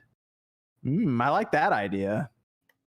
That Emmy's hunting Samus because of the Metroid DNA. Yeah, I mean, that makes sense to me. Yeah. Hopeful says, Samus, I find your lack of faith disturbing, RGT. There's no lack of faith. Jose says, so RGT, when will that Balan Wonderworld review come out when Metroid sells over 3 million? Yeah, so it's going to happen. Everyone's pretty confident, Sean, that you're about to be playing through Balan Wonderworld. We'll see. Ross says, I don't know whether Metroid Dread will sell 3 million plus units. I hope it does, but when I was playing Smash today, I faced so many Samuses. That's typical online shenanigans. Samus is an extremely popular character because of lag and her charge beam. It does 30-something% damage. So people just use it because it's easy dubs. Trum says, my dad works at Blue Box Game Studios and confirmed to me that they are working on Silent Hill and Mother 4. There we go. Jared says Samus Returns combat was difficult. Will Dread be? Was it difficult? That's another thing. Well, that's something that people haven't really thought of too much yet, is the difficulty around Dread, if it's going to be a hard game. That's interesting. Well, they have a lot of the mechanics that are returning, like the melee counter and stuff, and like the lining up the shots and things like that are in Samus Returns. So I'm guessing that it's even probably going to be a little bit. And now you have like the EMMIs too. So I think it might even be a little bit more challenging, but multiple difficulty levels. So if you suck, you can just put it on easy or something. It's from Games Lord saying Metroid Dread 1.13 million, Metroid Prime 4 7 million plus. That would actually work out perfectly for Sean if that happened. David says, just bought a Series S as my first next gen console, and I'm blown away by how good the Master Chief Collection looks. Any recommendations on some games? I have Game Pass. I haven't played any Xbox since the 360. I'll play Forza Horizon 4. Easy. It's a good one. And Gears. Gears, sure. Gears is on there. Gears Hive Buster. They did like this like co-op focused little campaign recently on Gears. That's amazing. Yep. And Yakuza Like a Dragon got added. Yeah. There you go. That's a good one. You can play the entire Yakuza series now. It's all on there. It's crazy value. Rob says, Samus, have you heard the tragedy of RGT85? Patrick says, never was interested in Metroid. I'm buying this. I'm casual gamer. Do what you want with that information. One video game dude says, love the show. Question for Miss Click. How surprised were you to find out Nintendo didn't have anything planned for Zelda 35 other than Game & Watch? I just wanted something else Zelda the Direct. I didn't really care what it was. So I mean, I think the Game & Watch was something to, I don't know, find exciting for a lot of people. I just wanted something else. I didn't really care what it was. Strawman says, anyone else wonder if Breath of the Wild 2 was meant to be the 35th anniversary release for Zelda, but COVID prevented that?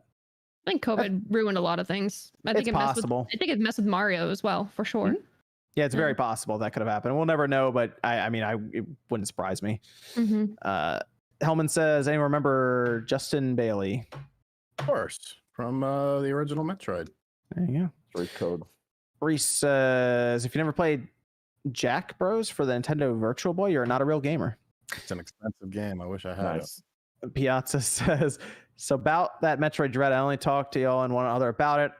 I was dead on. I love it. Are y'all excited? Sorry if I missed it. We are excited. Jack Rock says, someone needs to inquire to OJ's health after I was putting himself in the ER by destroying his hand during his reaction to Metroid. That was funny as hell. I didn't know what he was punching or what he was doing. I just saw the highlight clip and I was like, oh, this is I fun. punched the problem was that it was glass. It was like glued. That thing was glued on there, and I thought that it wasn't, so I just punched it, and I realized kind of like right at the end, and I shifted my weight towards my pinky, and my pinky just popped out real quick. So I had to just slightly. No. It wasn't that bad. I just popped it back into place, and it was fine.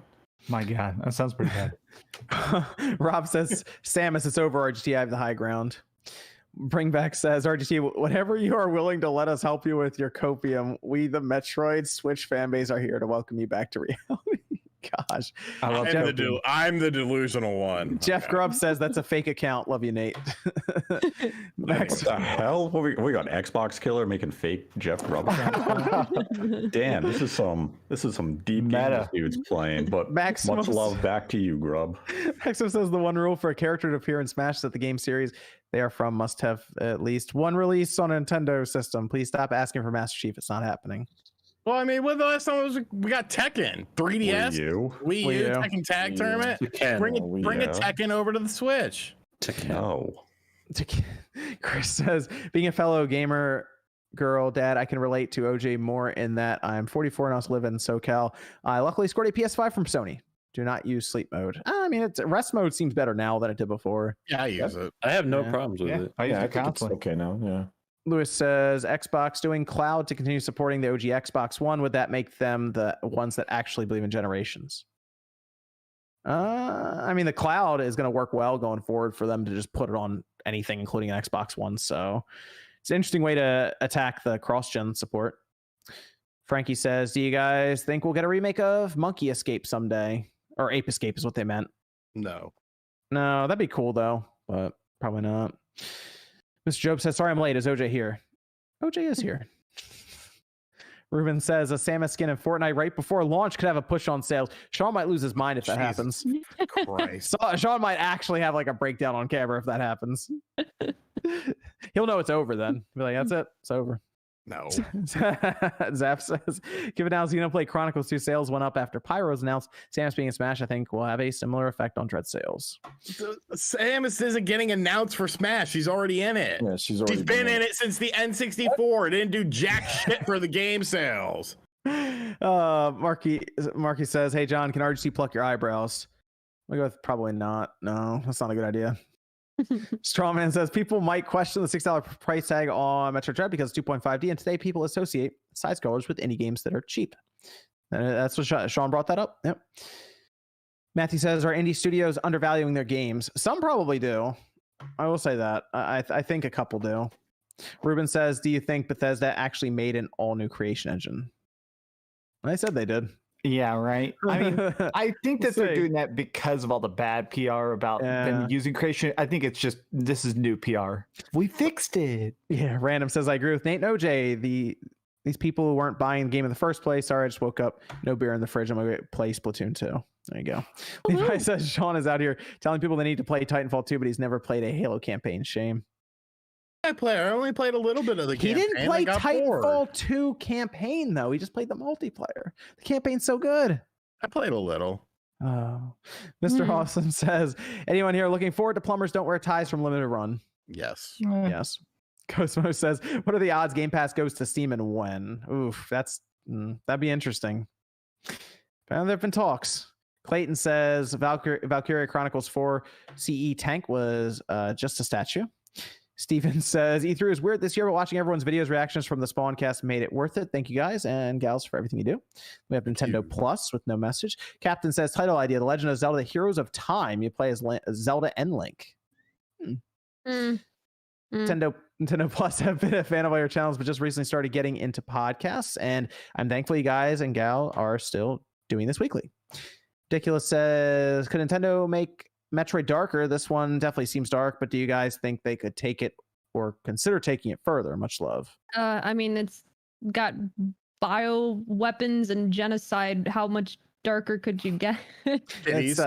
I think we'll see with Prime 4, because that one, I mean, they've always been very good. Retro has it setting an atmosphere with that game, so they could do some really cool stuff, I think, here. So we'll see. Hits Overhype says smoking that Nets pack tonight. Fuck the Nets.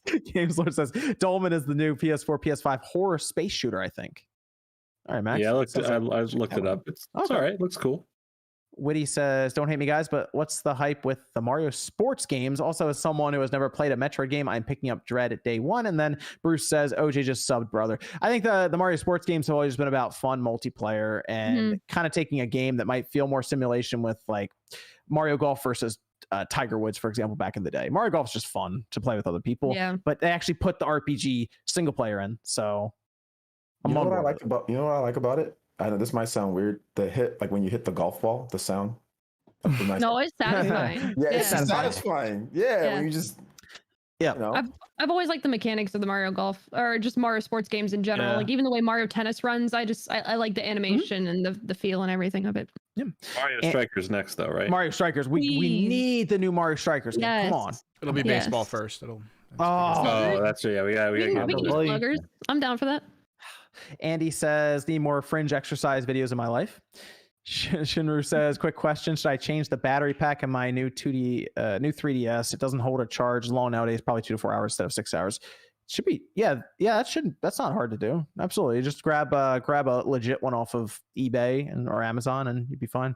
Sonny says, RGT Ballon now. Also, with all the talks of Kojima in the news, what Metal Gear game should I start with if I've never played a single Metal Gear Solid game before? I mean, let's start with if you just want to do Metal Gear Solid, just start with the first one. That's pretty straightforward. Yeah. Yep. Spees says, what about Nintendo's port Skyward Sword to the Shield in China? Wait, what? Are they doing that again? What happened? Are they doing Skyward Sword to the Shield? I didn't hear anything about that. I'll look into that, see if they're doing that. 9 says, love the direct marked out at Metroid announcement. RGT knows what marked out means. And then Spyro says, at least Apescape still holds up on the PS1. It's still fun. I mean, it would be nice if it got that remake, though. And then Shinru finished up saying, I'm getting Metroid Dread day one, but I think the Ori games are excellent games. Also sold for $20 to $35. Metroid Dread might struggle, in my opinion. Thoughts? I kind of feel like a lot of people waited for Metroid, 2D Metroid for so long. They're in for that $90 special edition. That's $200, by the way, on eBay now, and it's selling. So, fuck those scalpers. Yeah, I know. But I believe, it's the same thing. Just don't buy from the scalpers. Like, just don't do it. But if you want it, you kind of like the problem is, like, if you want something and the only way to do it is that. My only concern is that what if all the scalpers genuinely lost out on all their money? And they never did it again. It won't happen because someone's going to be willing to pay that. My only concern is that we don't get enough special editions for something like this Metroid game. That's my only concern because it's never been a big seller. So Nintendo obviously is going to take that into account and be like, how many special editions do we actually need? So, well, I have one of 12 then. That's my only concern. I hope they just go, oh, okay, cool. It's selling. Let's make several more collector's editions, just kind of mess up the whole scalping market. So. But they don't. Well, we'll see. Never know. They do it with Fire Emblem when that $50 thing came out.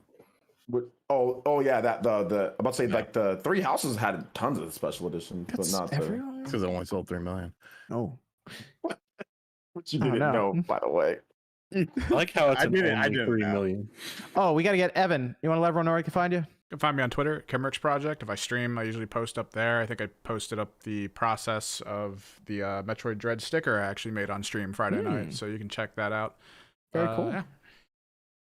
Okay. We are good up. Strawman says you can report people selling products that haven't released if you want to report Metroid Dread amiibo and collector scalpers. So you go. Oh yeah, apparently on eBay you can do that. Report people. I don't know how well it works though, because I've seen a lot of people talking. If enough people report them, right? Maybe. Well, that's gonna do it here for a Spawncast. Thanks everyone for joining us. We'll be back next Saturday night, 9 p.m. Eastern time. We'll see you guys then.